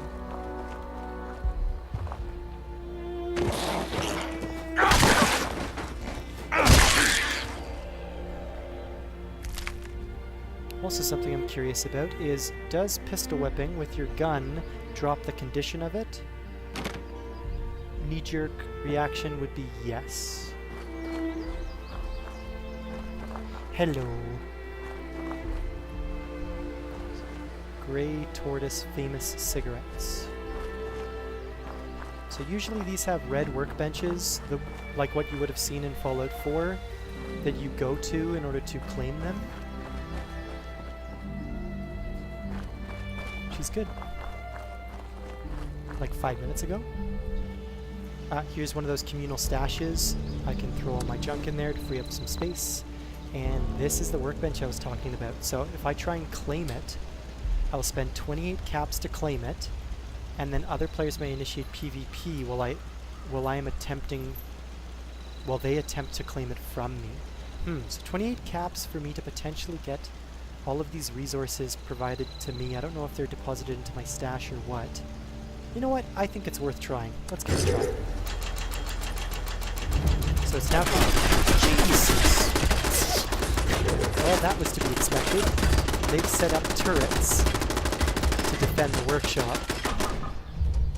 Okay, so I'm in here safe. I need to determine where Calypso is and whether she's going to try and fast travel back here to defend this.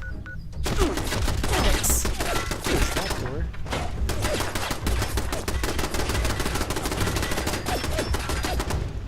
Alrighty. Alright, Lily, it's on now. It's on like Donkey Kong.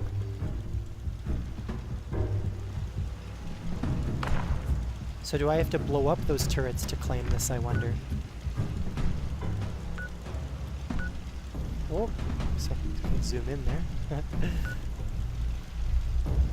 Wow, I'm actually just realizing now how incredibly huge this map is. Ham radio. Alright, let's switch to frag grenades. Oh, that's a person.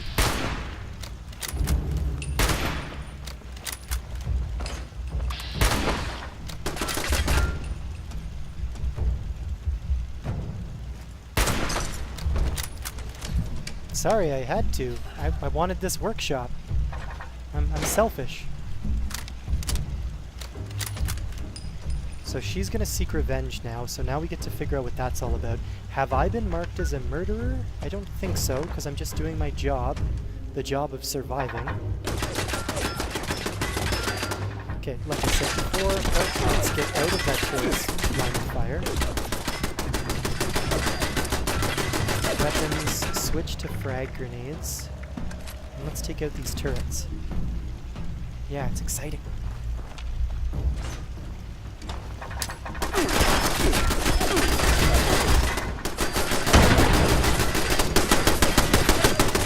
Well, that was my last stim pack, so there's that.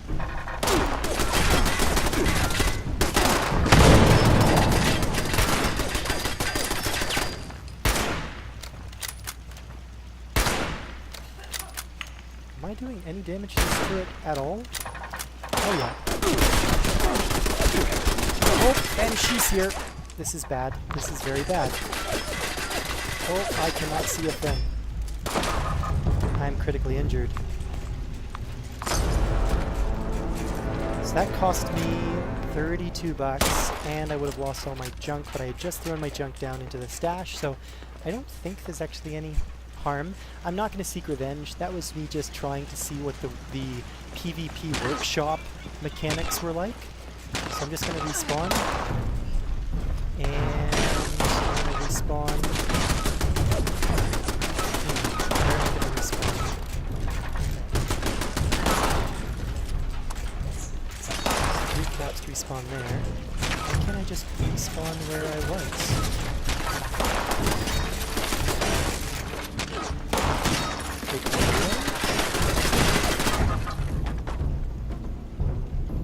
Seek revenge. Respawn. I don't really want to have to walk that again. I can respawn back to Vault 76 for free, which is about the same distance as the mine, and then just travel east from there. Maybe that's what I'll do. So that was my first taste of actual PvP that I engaged in, rather than someone just trying to attack me. Oh yeah, like 2.5. Yep, the first time I heard from her... Oh, sorry, the clocks are wrong. She had a 1.5 hour nap. Almost 2. She's been up to 10 minutes before you got here.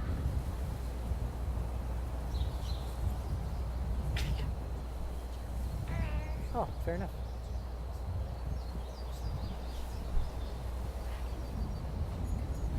Oh, she's good. This is quite pretty. Kind of seeing the rain off in the distance here. I might actually try and set up a photo mode. Maybe I'll do a selfie. Let's do a selfie. Photo mode is from map. Photo mode. There we go. The rain's down in Africa. Okay, let's do... So I think the... See, you can turn off depth of field in the photo mode. I feel like it's absolutely not a difficult thing for them to be able to disable the depth of field effect in the settings. So, oh hey Adam, mate, I've been trying to message you.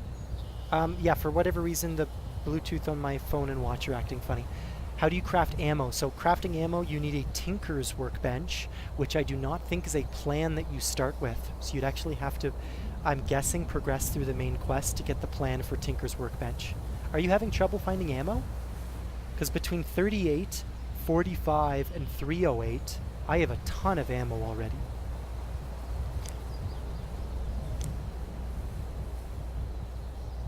I'm going to turn on the depth of field. No, turn it off. Okay, show my expression. Oh, that's neat. You can modify your facial expression. Obviously, with a view like this, I'm going to be in awe. My pose. Oh, I don't have selfie pose yet. I guess I'll have to purchase that in the Atom shop. Let's just thumbs up then. What else we got? Brightness saturation, so we can really mess with that. Let's up the brightness. No, I like the storm clouds in the distance. I wish you could increase shadow detail just on me.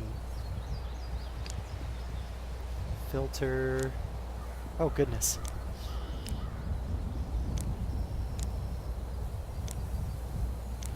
Day tripper.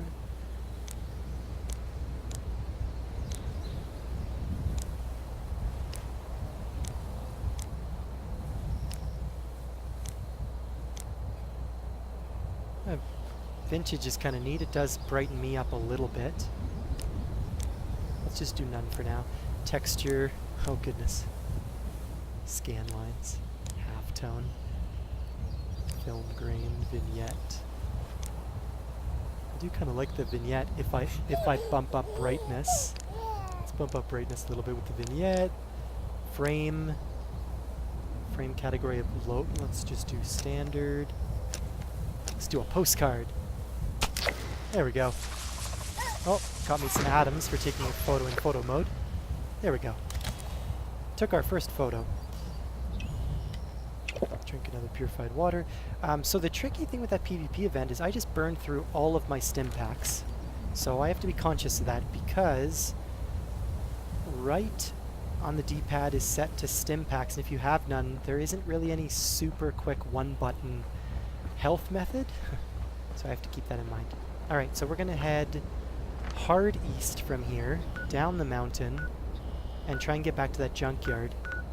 I don't think I need to actually make my way back to my death spot to pick up anything in my paper bag, because I'm pretty sure it would have been looted anyway. And the only thing that would have dropped in that paper bag is junk, which I had just deposited into my stash, so I'm not worried in the slightest. Oh, I do remember Astrobia mentioned right outside the vault was there's a note in a building that references a ghoul from Fallout 3.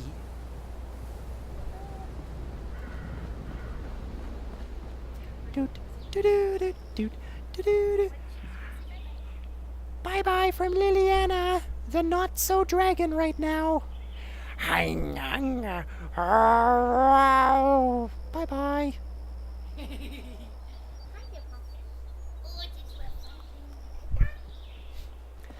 Yeah, apparently there's a note that you can pick up that I totally missed that references a ghoul from Fallout 3 who made their way here from the Capital Wasteland.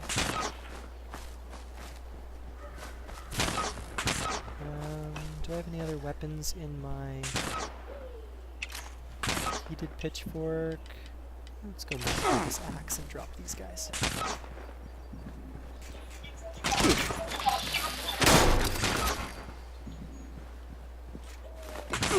Power relay coil. These guys are doing virtually no damage at all, so I'm taking... Oh, look at this! This is why even super simple enemies, you always take them out. This guy has an electrified Chinese officer sword plan. So that confirms a couple things. One, that the Chinese officer sword from, that would have been Fallout 3, the downloadable content that involved Prime and the Anchorage, Battle of Anchorage. That confirms that that weapon is in this game and that you can electrify it, which is awesome. So, which reminds me, I'm going to go into my inventory, I'm going to go into my notes, and I'm going to learn this plan before I forget. So electrified blade for the Chinese officer sword. That is cool. I did play a really good mod in Fallout 4 that added, I don't know, it was like 30 swords of varying detail to Fallout 4. That was a lot of fun. There was like the sword from Masters of the Universe, like He-Man's sword. All sorts of cool stuff. Alright, so let's head straight east and find our way back to Morgantown. I don't think I'm going to bother with Grafton just yet. Just going to try and progress through the main quest line. I think most people said that in terms of the beta and getting the most out of it, you do the main quest all the way up to and including the airport, and that's where you can start to really branch off and just go wherever you want. So I'm going to skirt this mountain Skyrim style and end up back at the Morgantown airport. And thank you, Adam. She is adorable.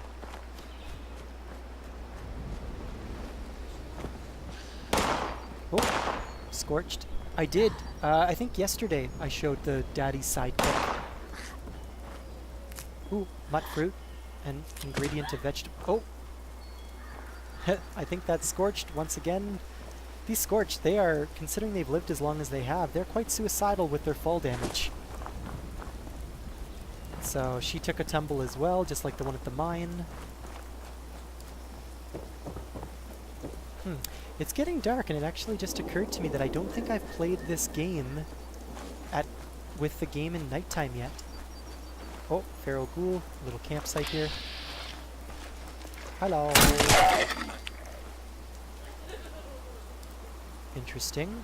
There's a magnifying glass next to it, which indicates I've tagged it as something that I'm looking for. I don't know how I did that by accident. I thought that was actually a perk. So I've selected all gears to be looked for. Interesting. So we got ourselves a little campsite here. Oh. That's probably the Scorch that took fall damage. Oh, excellent. A weapons workbench. Scrap items, go over to junk. Yep, so my grizzly teddy bear was already deposited into my stash, so no problem there. So weapons workbench.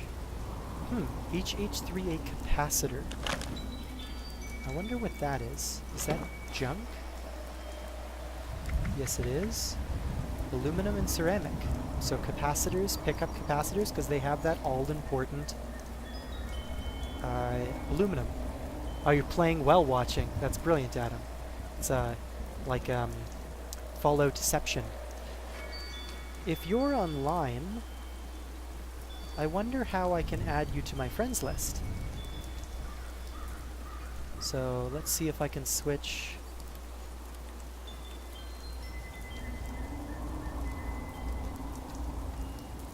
Doesn't like me touching the keyboard while I'm using the controller. So I don't actually know how to go down to that bottom thing and click to add friend. So I don't know, Adam, if you have access to a keyboard or if you're using a controller like me, and whether it's difficult or possible to add me as a friend. I think we would need to reboot the game though to enter into the same instance, but yeah.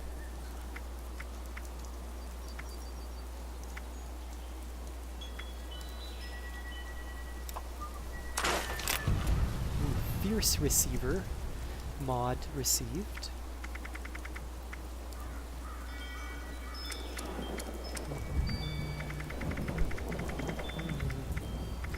Atom bomb, baby. Atom bomb. Standard stock.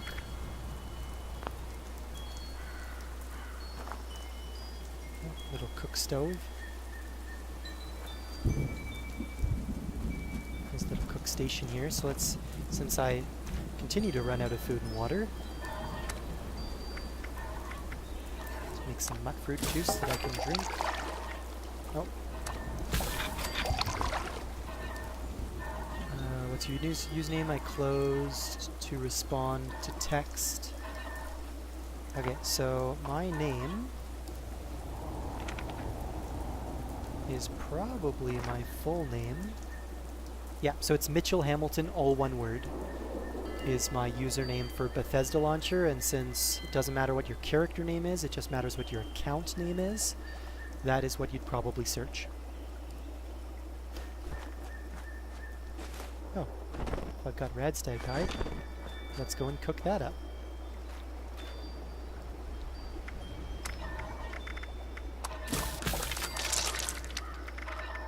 And more rat meat as well.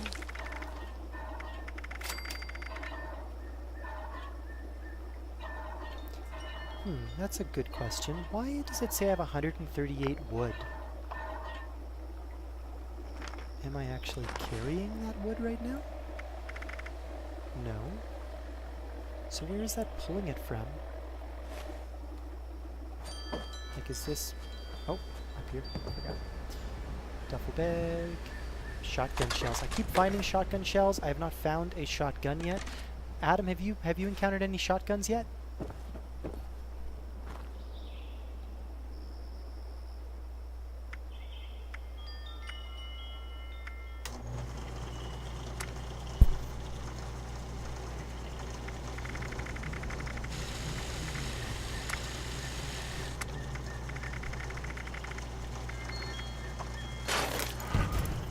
A bruising stalk. I'm guessing that's a stock that has better melee on it. That's kind of cool. So it's now a marksman. So a bruising stock, superior bash damage. It just goes back to its standard stock appearance. Oh, oops. I heard that bloop bloop sound? No? Oh, because I'm thirsty again. Constantly. Now, if aid could be sorted into food and drink, that would be super helpful. Sort, value, weight, spoil. Oh, that's kind of neat. So you can sort by, I'm guessing, yeah, how low the condition is of an item and how close it is to spoiling. That's handy. But no food and drink sorting, so... nope, and I can't even figure out how to add a friend. My username is UVHyper. I'm in the same boat. Since I'm using a controller, it doesn't seem to want me to even be allowed to type. So adding you as a friend, I think I would have to exit out of the game, go back to keyboard and add you, which I will do at the end of this session. So I've got lots of boiled water, but I don't actually have the ingredients to make anything, so I need to get back to picking flowers and making them before I actually spoil them. Alright, let's take some fancy cakes. Let's drink some beer.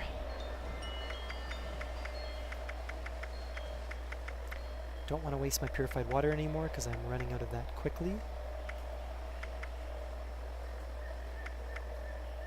Don't want to drink toxic water, that's for sure. What was the tea that I just made?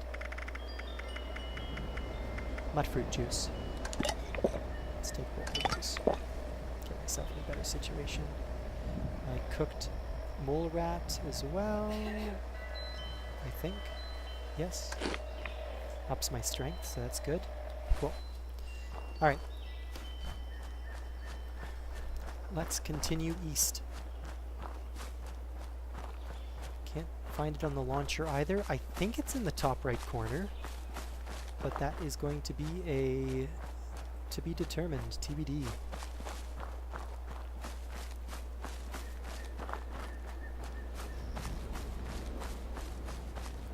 Let's pick up some soot flower so I can make soot flower tea the next time I come to the food station. Oh, so I'm getting back to the junkyard obviously because there it is there. It just hasn't fully loaded in. Some pop in there.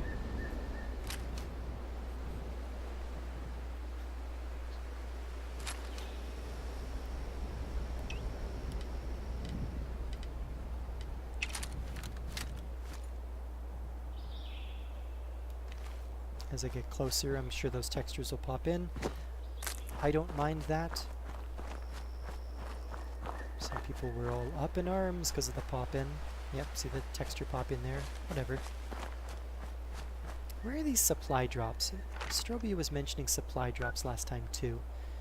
They're over there, and there are 4 people in that same area. I'm wondering if that's worth it. Oh, Grafton's way up there. Yeah, I'm nowhere near that. I'm off to Morgantown, baby. Atom bomb, baby. Thought so too, but it just has my username and won't open a friends list. Yeah, well that just further confirms how janky Bethesda Launcher is. Apologies, that is probably the one thing that I'm going to continue to complain about, is the Bethesda Launcher. I got 2 supply drops just now. Like you actually did the supply drops, Adam? What kind of stuff do they have in them? Are they worth doing?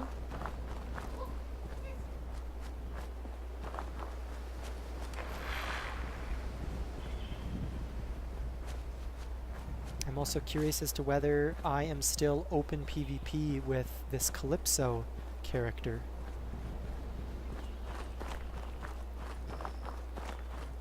And since I'm here, I might as well take a look for my paper bag, even though I suspect it'll be empty.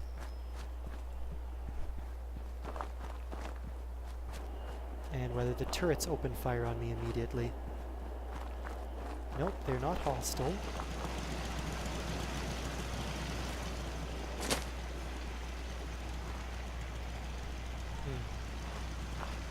So I'm guessing it was fully looted because I don't see a paper bag here. And this is definitely my death location, as you can tell by the compass.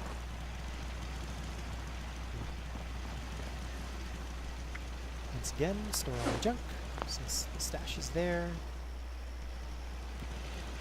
Huh.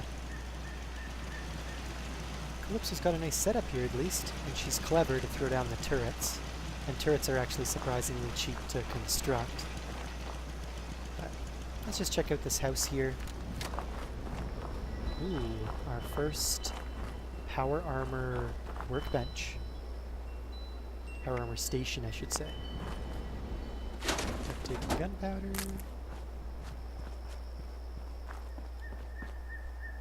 Power armor itself is high level content, I think at least level 20, but the actual power armor frame is can be worn I think at any time and gives you some of the bonuses. Pickaxe Pilsner. Nice. Oh, you know what I hear? I hear wind chimes. Always loot the wind chimes for the aluminum.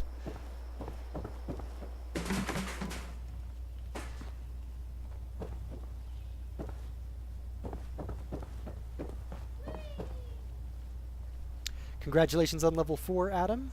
One more level and PvP opens up, and then one more level after that and you get your first perk card pack at level 6, I think.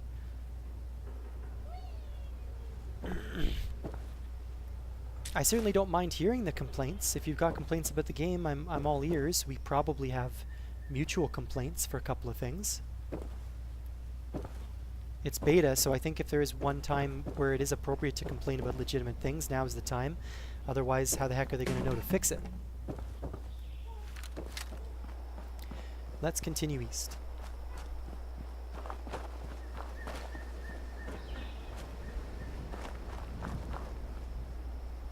Always look for drivers. You never know. So the physics is live on that entire swing. But I can't actually choose to interact with it just without actually bumping into it. The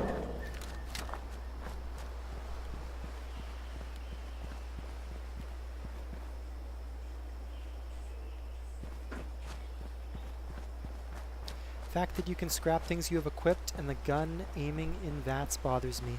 Yep, I agree. VATS is super strange with how the gun doesn't really follow. I have noticed a few times though that when I activate VATS, it does swing me around to at least point in the right direction. I don't know if that's actually been changed, if that's new, but I know that when you're tracking an enemy, the tip of your gun doesn't track when using VATS. And scrapping things that you have equipped, I think it at least warns you with the little star symbol that it is equipped at the moment. Oh, hello. Oh, bugger. Oh, other gunshots. There's no other players nearby, so that might be Scorched. I'm still hidden, so they're not shooting at me. Let's go east.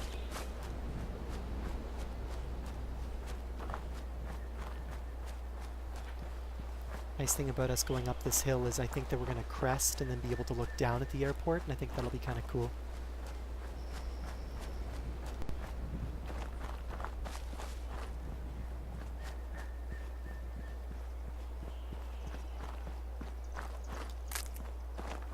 Soot flower for all that soot flower tea. Oh, bee swarm. Once again, I think they're passive unless you attack them.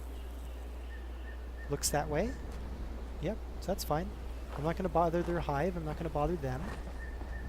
Oh yeah, look at this. Tons of stuff out there. Got ourselves a little city here. And is that... So that must be Morgantown. Cool. Okay, now the airport is somewhere over there too. More bee swarms. Don't mind me. Okay. Some sort of silo up there. Ooh, I think that's top of the world. Yep, there it is right there. So I think that's the ski hill, which is kind of neat. Doesn't look too far away. So this little tower here, I want to climb up because this kind of looks like one of those towers that I keep talking about that gives you the viewpoint map reveals. So let's go take a look at that. Just got a perk pack at level 4. Okay, well, once again, what do I know? So you get your first perk pack at 4, and then PvP comes available at 6. So any cool cards? Did you get the gun nut? The like weapon modification perk cards? Because I'm level 7 now and I'm still waiting for that. Because you actually need level 2 of it to make a bunch of weapon modifications on the hunting rifle. So I'm not even close to that. Oh, I hear Scorched. Hello. Gotcha. Oh, up here. Up here.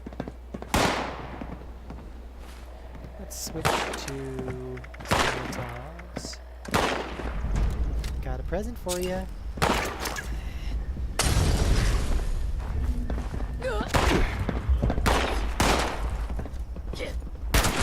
Oh.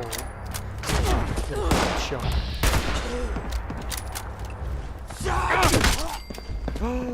Did you see what I just saw? Yes, ladies and gentlemen, we have our first shotgun. Oh yeah, baby. Pump action.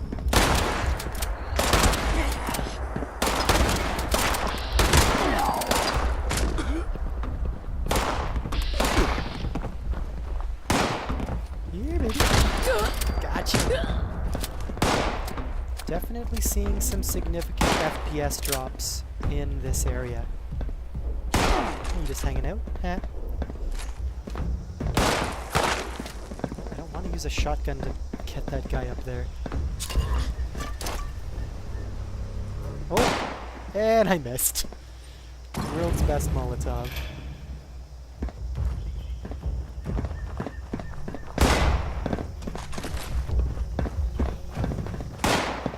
I start up those stairs. Yeah, significant FPS drop in the junkyard. Or the, sorry, train yard. Looks like I got the shotgun and now I...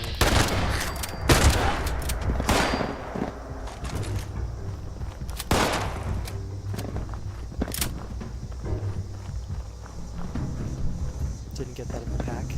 Anything worth mentioning that you did get in your perk card pack? Oh.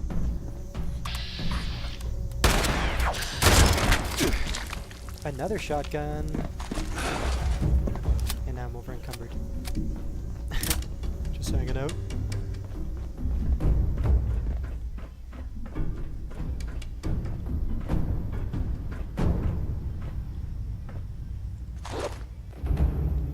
Killed because even with VATS on and even unloading 25 bullets, I got killed by a mongrel. Was it a particularly high level mongrel?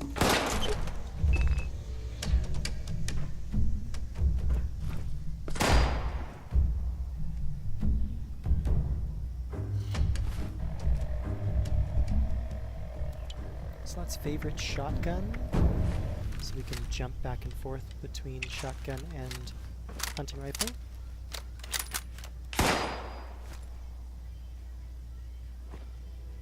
Poke your frickin' head out. Yeah, baby.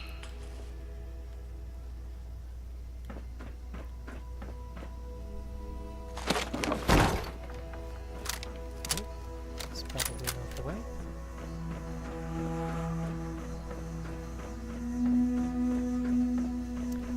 I think someone said that train yards or like bus stations or something also have stashes. So I'm going to try and track that down, because I'm over encumbered again. Level 3, I got no hit markers from it. VATS was 95%. Huh. That is weird. I know some people had reported that the shotgun was remarkably underpowered, all things considered. But I think maybe they've patched that?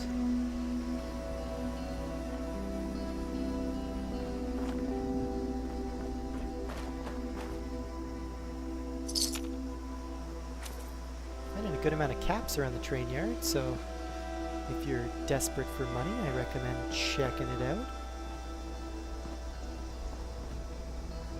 Bag of cement does not sound like something I want to pick up when I'm already encumbered.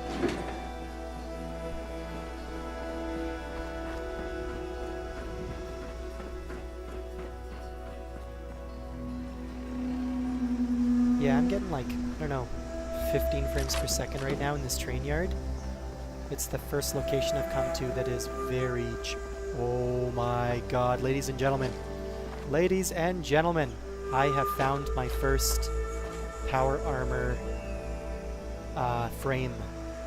And it could not have come at a better time because I'm over encumbered and power armor actually gives you a boost to your carry capacity. Now I just need to get up there. Okay, here we go. It does need a fusion core, and this one has a half-full fusion core. Wow, this actually has most of the T60 armor on it, too. Remove high-level power armor pieces to use this power armor frame. Okay, that's fine.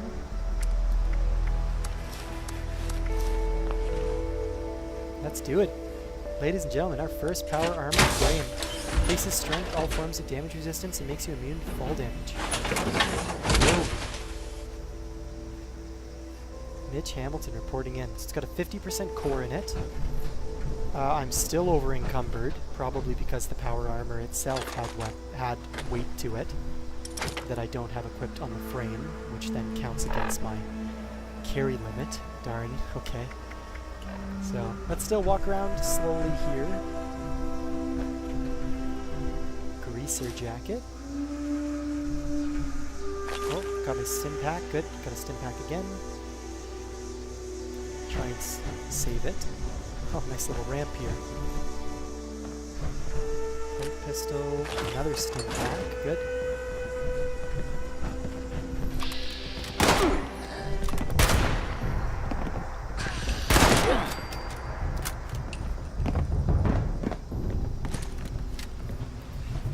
Come out wherever you are.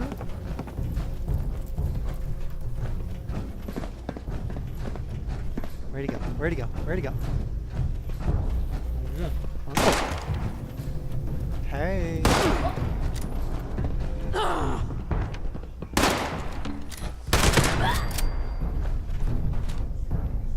Are you okay? Another hunting rifle to break down. Oh, another hunting rifle to break down. This is brilliant.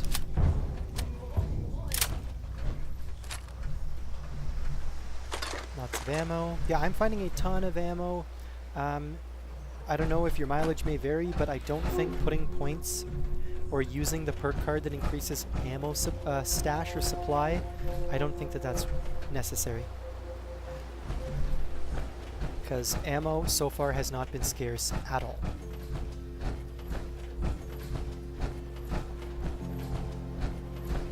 A good thing about the power armor is even though I'm over encumbered, the action point drain for walking is quite low.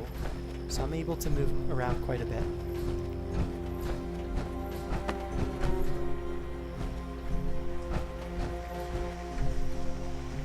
Oh, just kind of hoping to find some sort of workbench up here.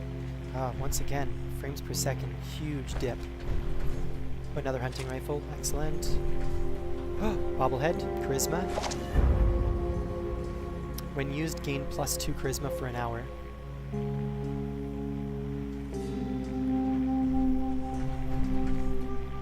So we'll turn off the radio if it's not going to play anything. Carter and Blackwell traders. Almost 5, but I have to go pick up.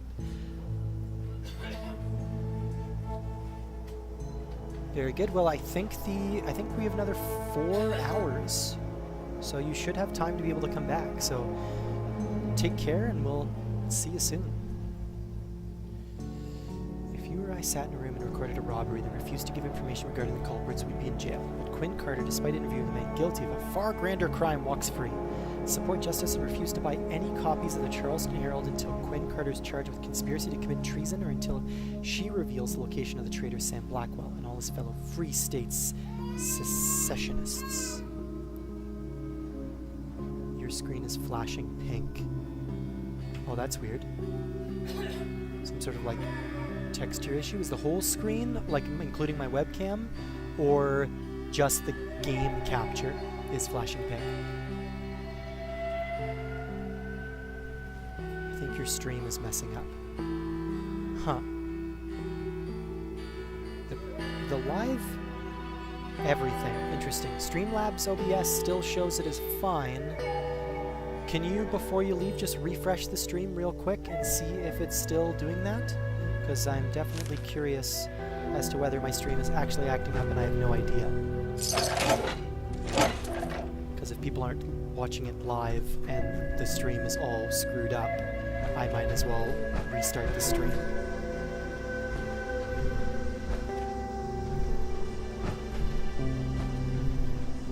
So once again, doesn't appear as though this is one of those viewpoints that I was talking about before, where you can find waypoints from up here.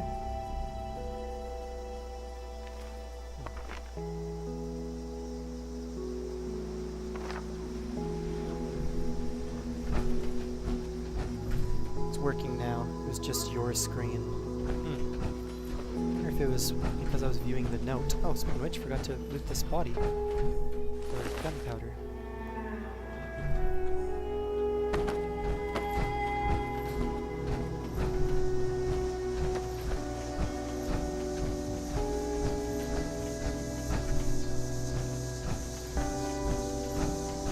Okay, I still need to find some sort of workbench to break down my junk.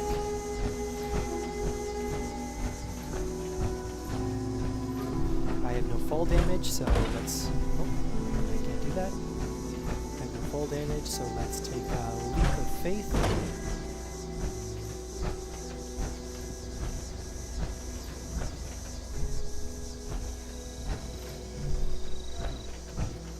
So it needs to get up to 50% AP before you can start to move quickly again.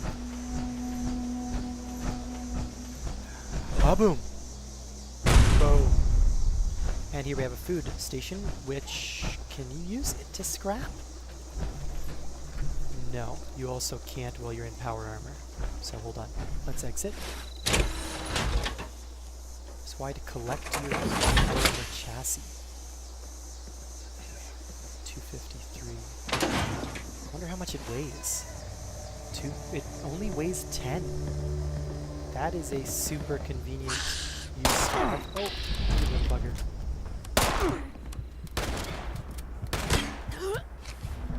I got spooked and used it. Damn.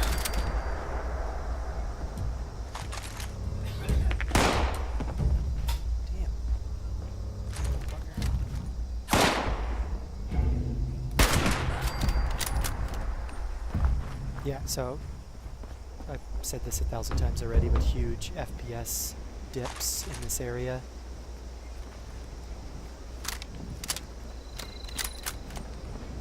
Okay, what was the verdict on... Okay, so you can't break down your junk at a cooking station. That makes perfect sense. I get it.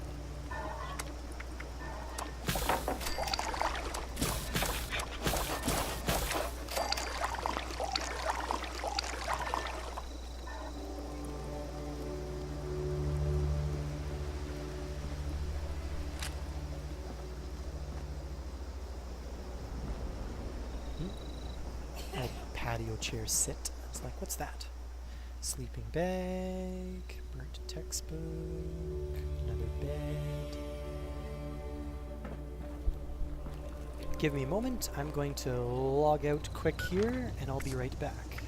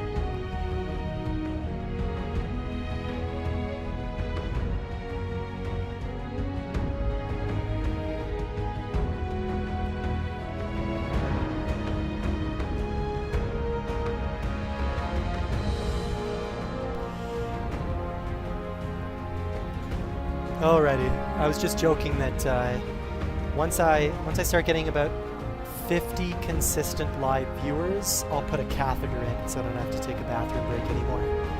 Yeah, you heard it here first, folks. You heard it here first. I've got 400, so almost 500 atoms now, so that's good. I think I'm going to save all of my atoms for weapon skins, particularly hunting rifle weapon skins. As if I haven't spoken enough about how much I like the hunting rifle. Oh. Charleston was the capital of West Virginia and one of the largest cities in the area. I think I actually visited Charleston. Pretty sure. IRL.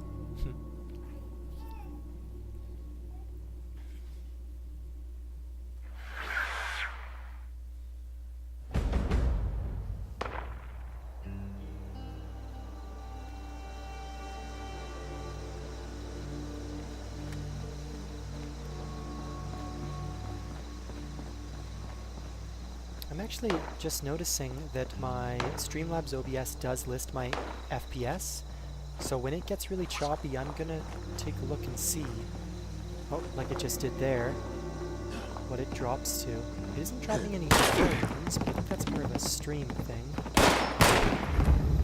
Good shotgun. Whoa, whoa. That truck health is dropping. It is a ticking time bomb. Oh, and I am encumbered. Crap, crap, crap, crap, crap. Take cover. Whoa. Jeez. That was close.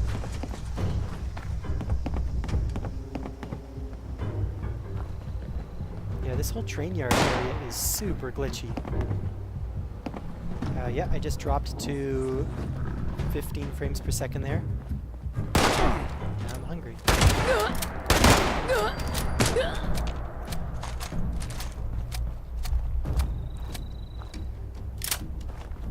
You see this pump action shotgun being a weapon I use a lot coming up too.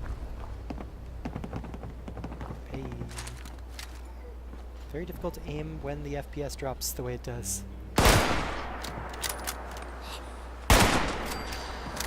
Come at me, bro. Poke your frickin' head out. I will blow it right out.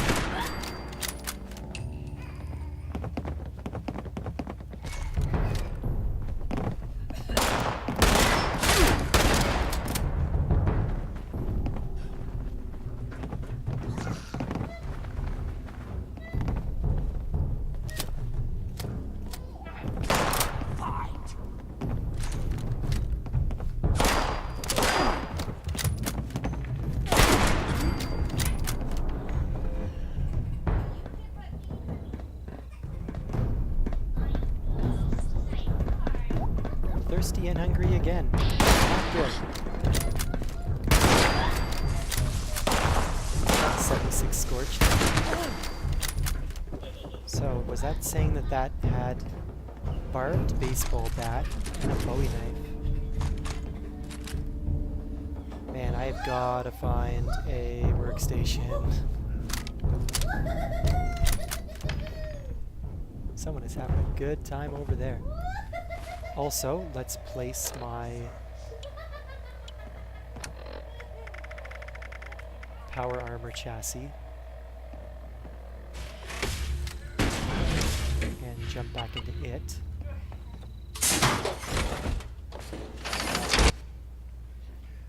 It's clobbering time. Okay, and let's drink some liquids. I just made a pile of tea.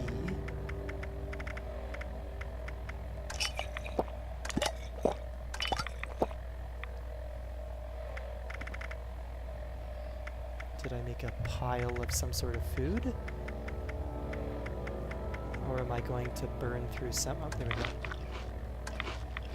There we go. Should be better for a little while. I'm going to also take a diluted Radaway, because I would love to get back up to full health here. Oh, do you see what I see? It's a frickin' workbench.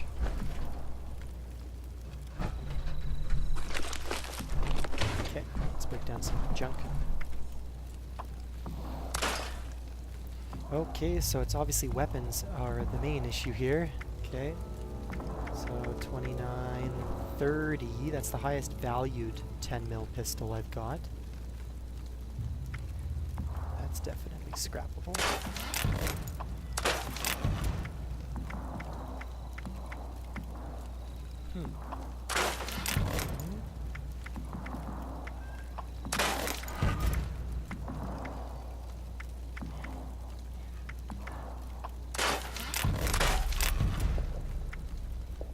Oh, so it's a pink barbed baseball bat. This is what fell off of...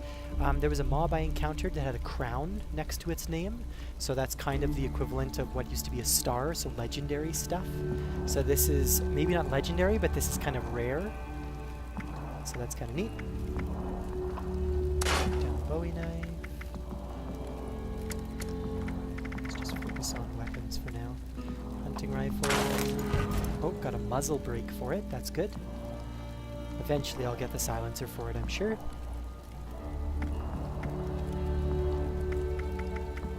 Yeah, so Adam, this is what I was saying. So there's a little square to the left of it saying that that's what I have equipped at the moment. So I would make sure not to scrap that. Now I see what you mean, that there should be a blocker on that, that a equipped weapon simply cannot be scrapped. But yeah, it's not perfect. But your feedback is what helps it get there.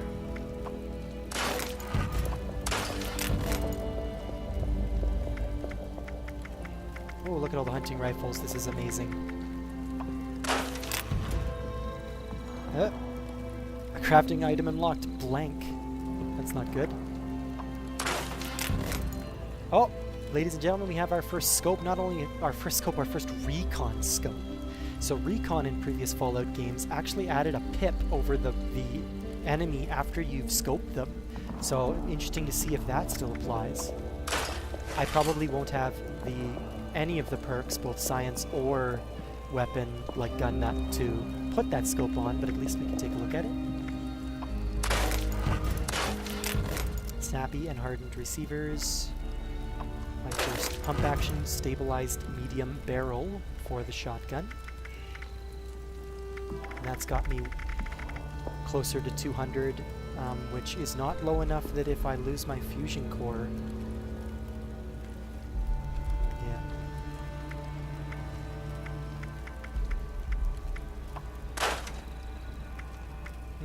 I think I'm actually going to equip the hatchet and save a little bit of my ammo right now.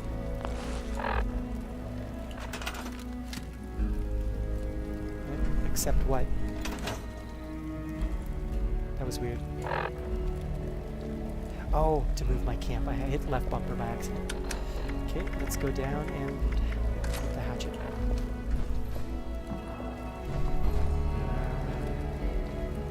Can't do anything other than... at least it lets you scrap when you're in your power armor chassis. That's good at least. Similar to previous Fallout games, I am finding the power armor HUD to be quite...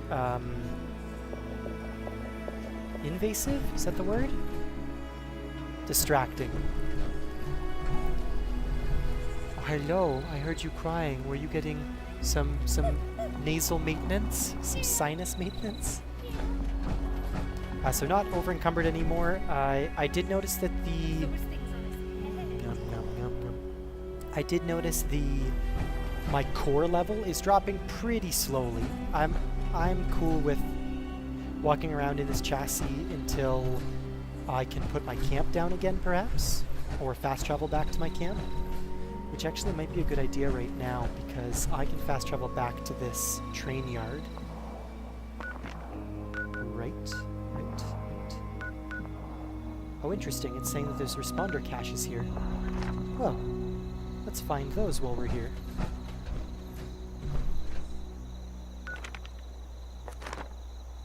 So this is one basically where I'm standing.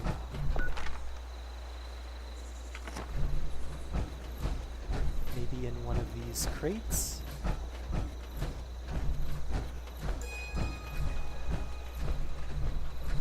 Ball peen hammer. Oh, responder cache, look at that. Bottle cap, flares, another flare gun. I still don't really get the flares yet. In, have a weird jumping thing going on there. In Fallout 4, the flare gun's purpose was you'd fire up a flare and members of the Minutemen would come help you. I'm wondering what the deal is here. Let's make sure we get all these caches. They seem useful.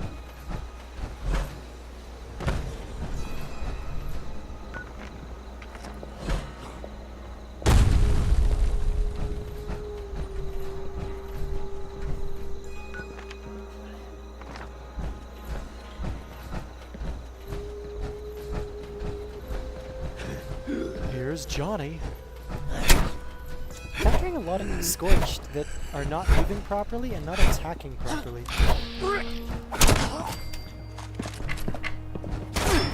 Ouch, that's a shotgun.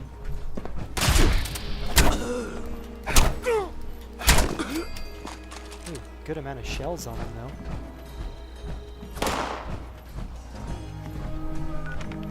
Okay, still says it's up there perhaps.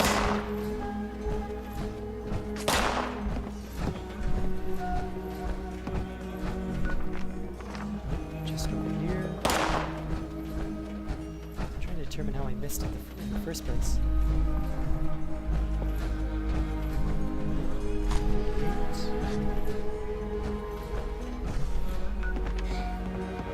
Maybe it's at the top of this tower. I could have sworn I was up there though.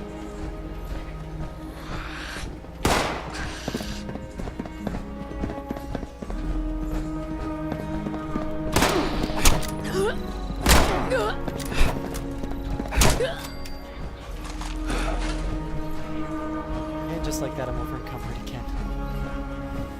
Gotta sort that out. Do I have any more of that red stag? Oh. Maybe clear enemies away before you go jumping into your inventory. Oh. So the responder cache is there. Oh, and now it's gone. Okay. Weird. So all this stuff is new. I was just up here and looted this area, and now there's ammo that wasn't up here before. God, the FPS in this area is brutal.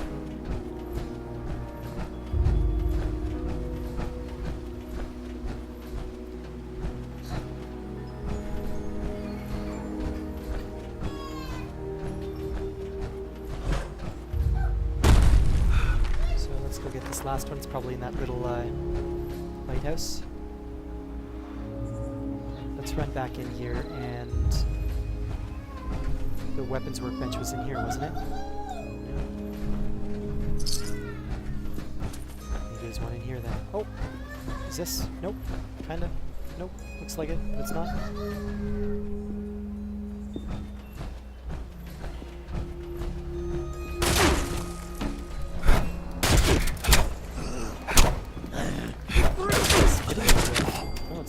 Again. I think I've got enough ammo that I can switch back to the shotgun.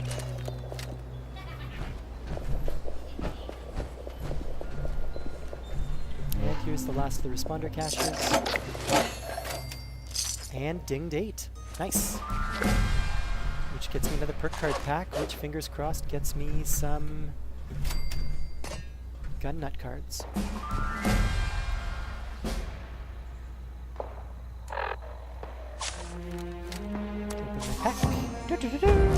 It's exciting. Cards. Pharmacist. Butcher's Bounty level 2. Packing Light. Happy Camper. Olga's just like a Russian doll, so full of herself. Huh.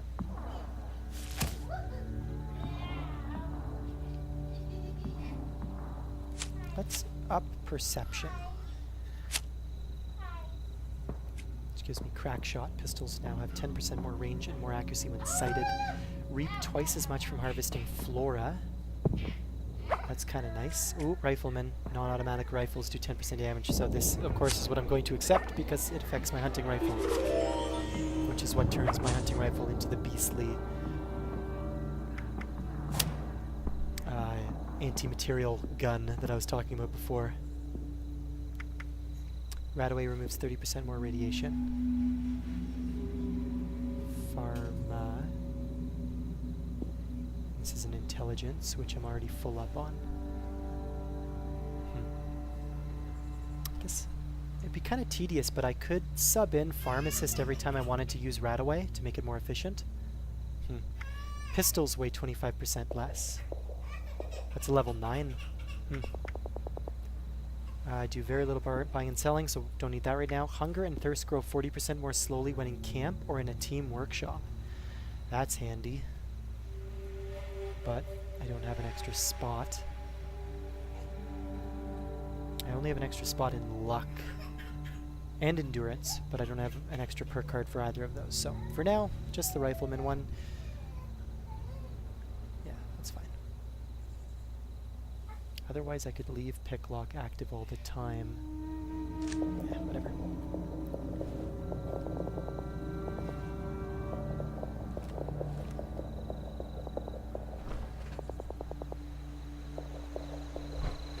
So now that I'm confident that the train yard has been cleared, I am going to fast travel back to camp and sort some of this stuff out, because I can always fast travel there for free. Except when I'm over encumbered. Of course. And I'm pretty over encumbered. Okay. And it's because I've got a good amount of junk. Let's sort by weight and see if there's any junk that I can get rid of. Nope. Have any duplicate weapons? Let's go to weight. There are a lot of sorting parameters for weapons. So yeah, this gun is going to get gradually heavier and heavier. Pump action is actually the worst condition. And weighs... I really want to upgrade the pump action shotgun though, so I don't want to get rid of those. And the hunting rifle, I want to keep that as well because breaking it down gives me more mods. I could drop one of the pipe pistols.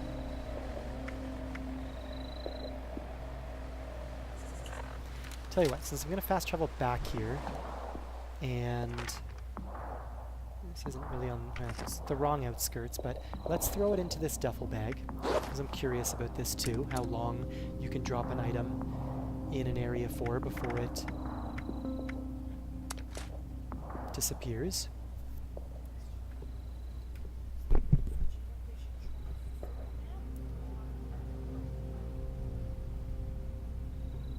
Maybe third nap because of the time change? Because it's almost 3, it's not almost 4. Right? I thought it was 2:30, it was 1:30. No, because you said it was 10 minutes before. I thought it was 2:45, it was 1:45.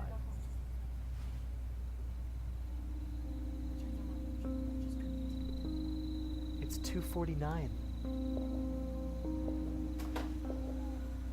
Your watch is not correct. It didn't sync. Okay, so it did, but you looked at the oven or something. Yeah, third nap for the time change. She woke up. Also true. Yes. 1:30, yes. You have not been home for 10 minutes. You have not been home for 20 minutes. I think you have. Ladies and gentlemen, time change is a fickle bitch. As I said before, time change, you really realize how annoying time change is when you have a little one, because babies don't give a shit about what Ben Franklin wanted to do to save on candles. That's right. The historical origins of time change were because Ben Franklin wrote a paper describing how they could save a ton of money on candles. Yes, indeed. Let's drop a pipe pistol. All we're looking to do is get below that 225 magic number so I can fast travel again. I want want to keep the stuff I'm going to break down, though, because... Oh, yeah? You having fun? Do I have a pitchfork? Because I don't need a pitchfork if I have a heated pitchfork.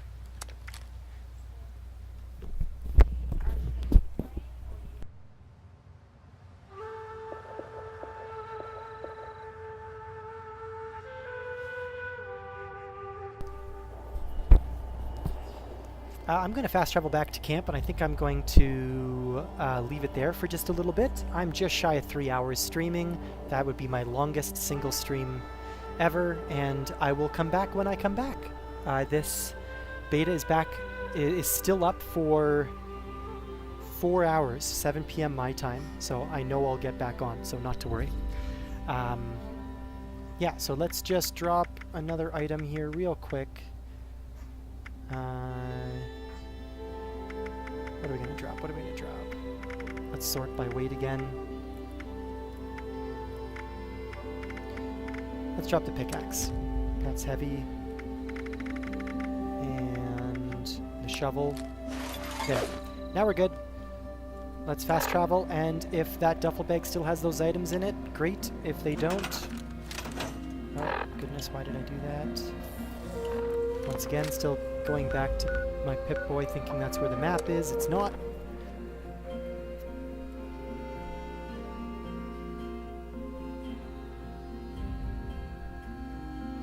You can see in the tips there's a little bit of a spoiler. Black powder pistol. So like a pirate gun. That should be awesome. Alrighty, I'm back at my camp. Strangely, it doesn't like put me in the center of my camp. It puts me on the edge of it. What the hell is that? Oh, it's a squirrel. I was like, what is that high-pitched squeaking noise? Cool. And that is where I am going to log out. Oh, just dinged 500 atoms there when I leveled up, I guess. That's cool. So thank you very much for tuning in. Once again, this has been Mitch the Preacher, preaching the gospel of gaming. I will be back in a little bit. I may or may not stream that second part. I will try to. So, take care, and we will see you soon.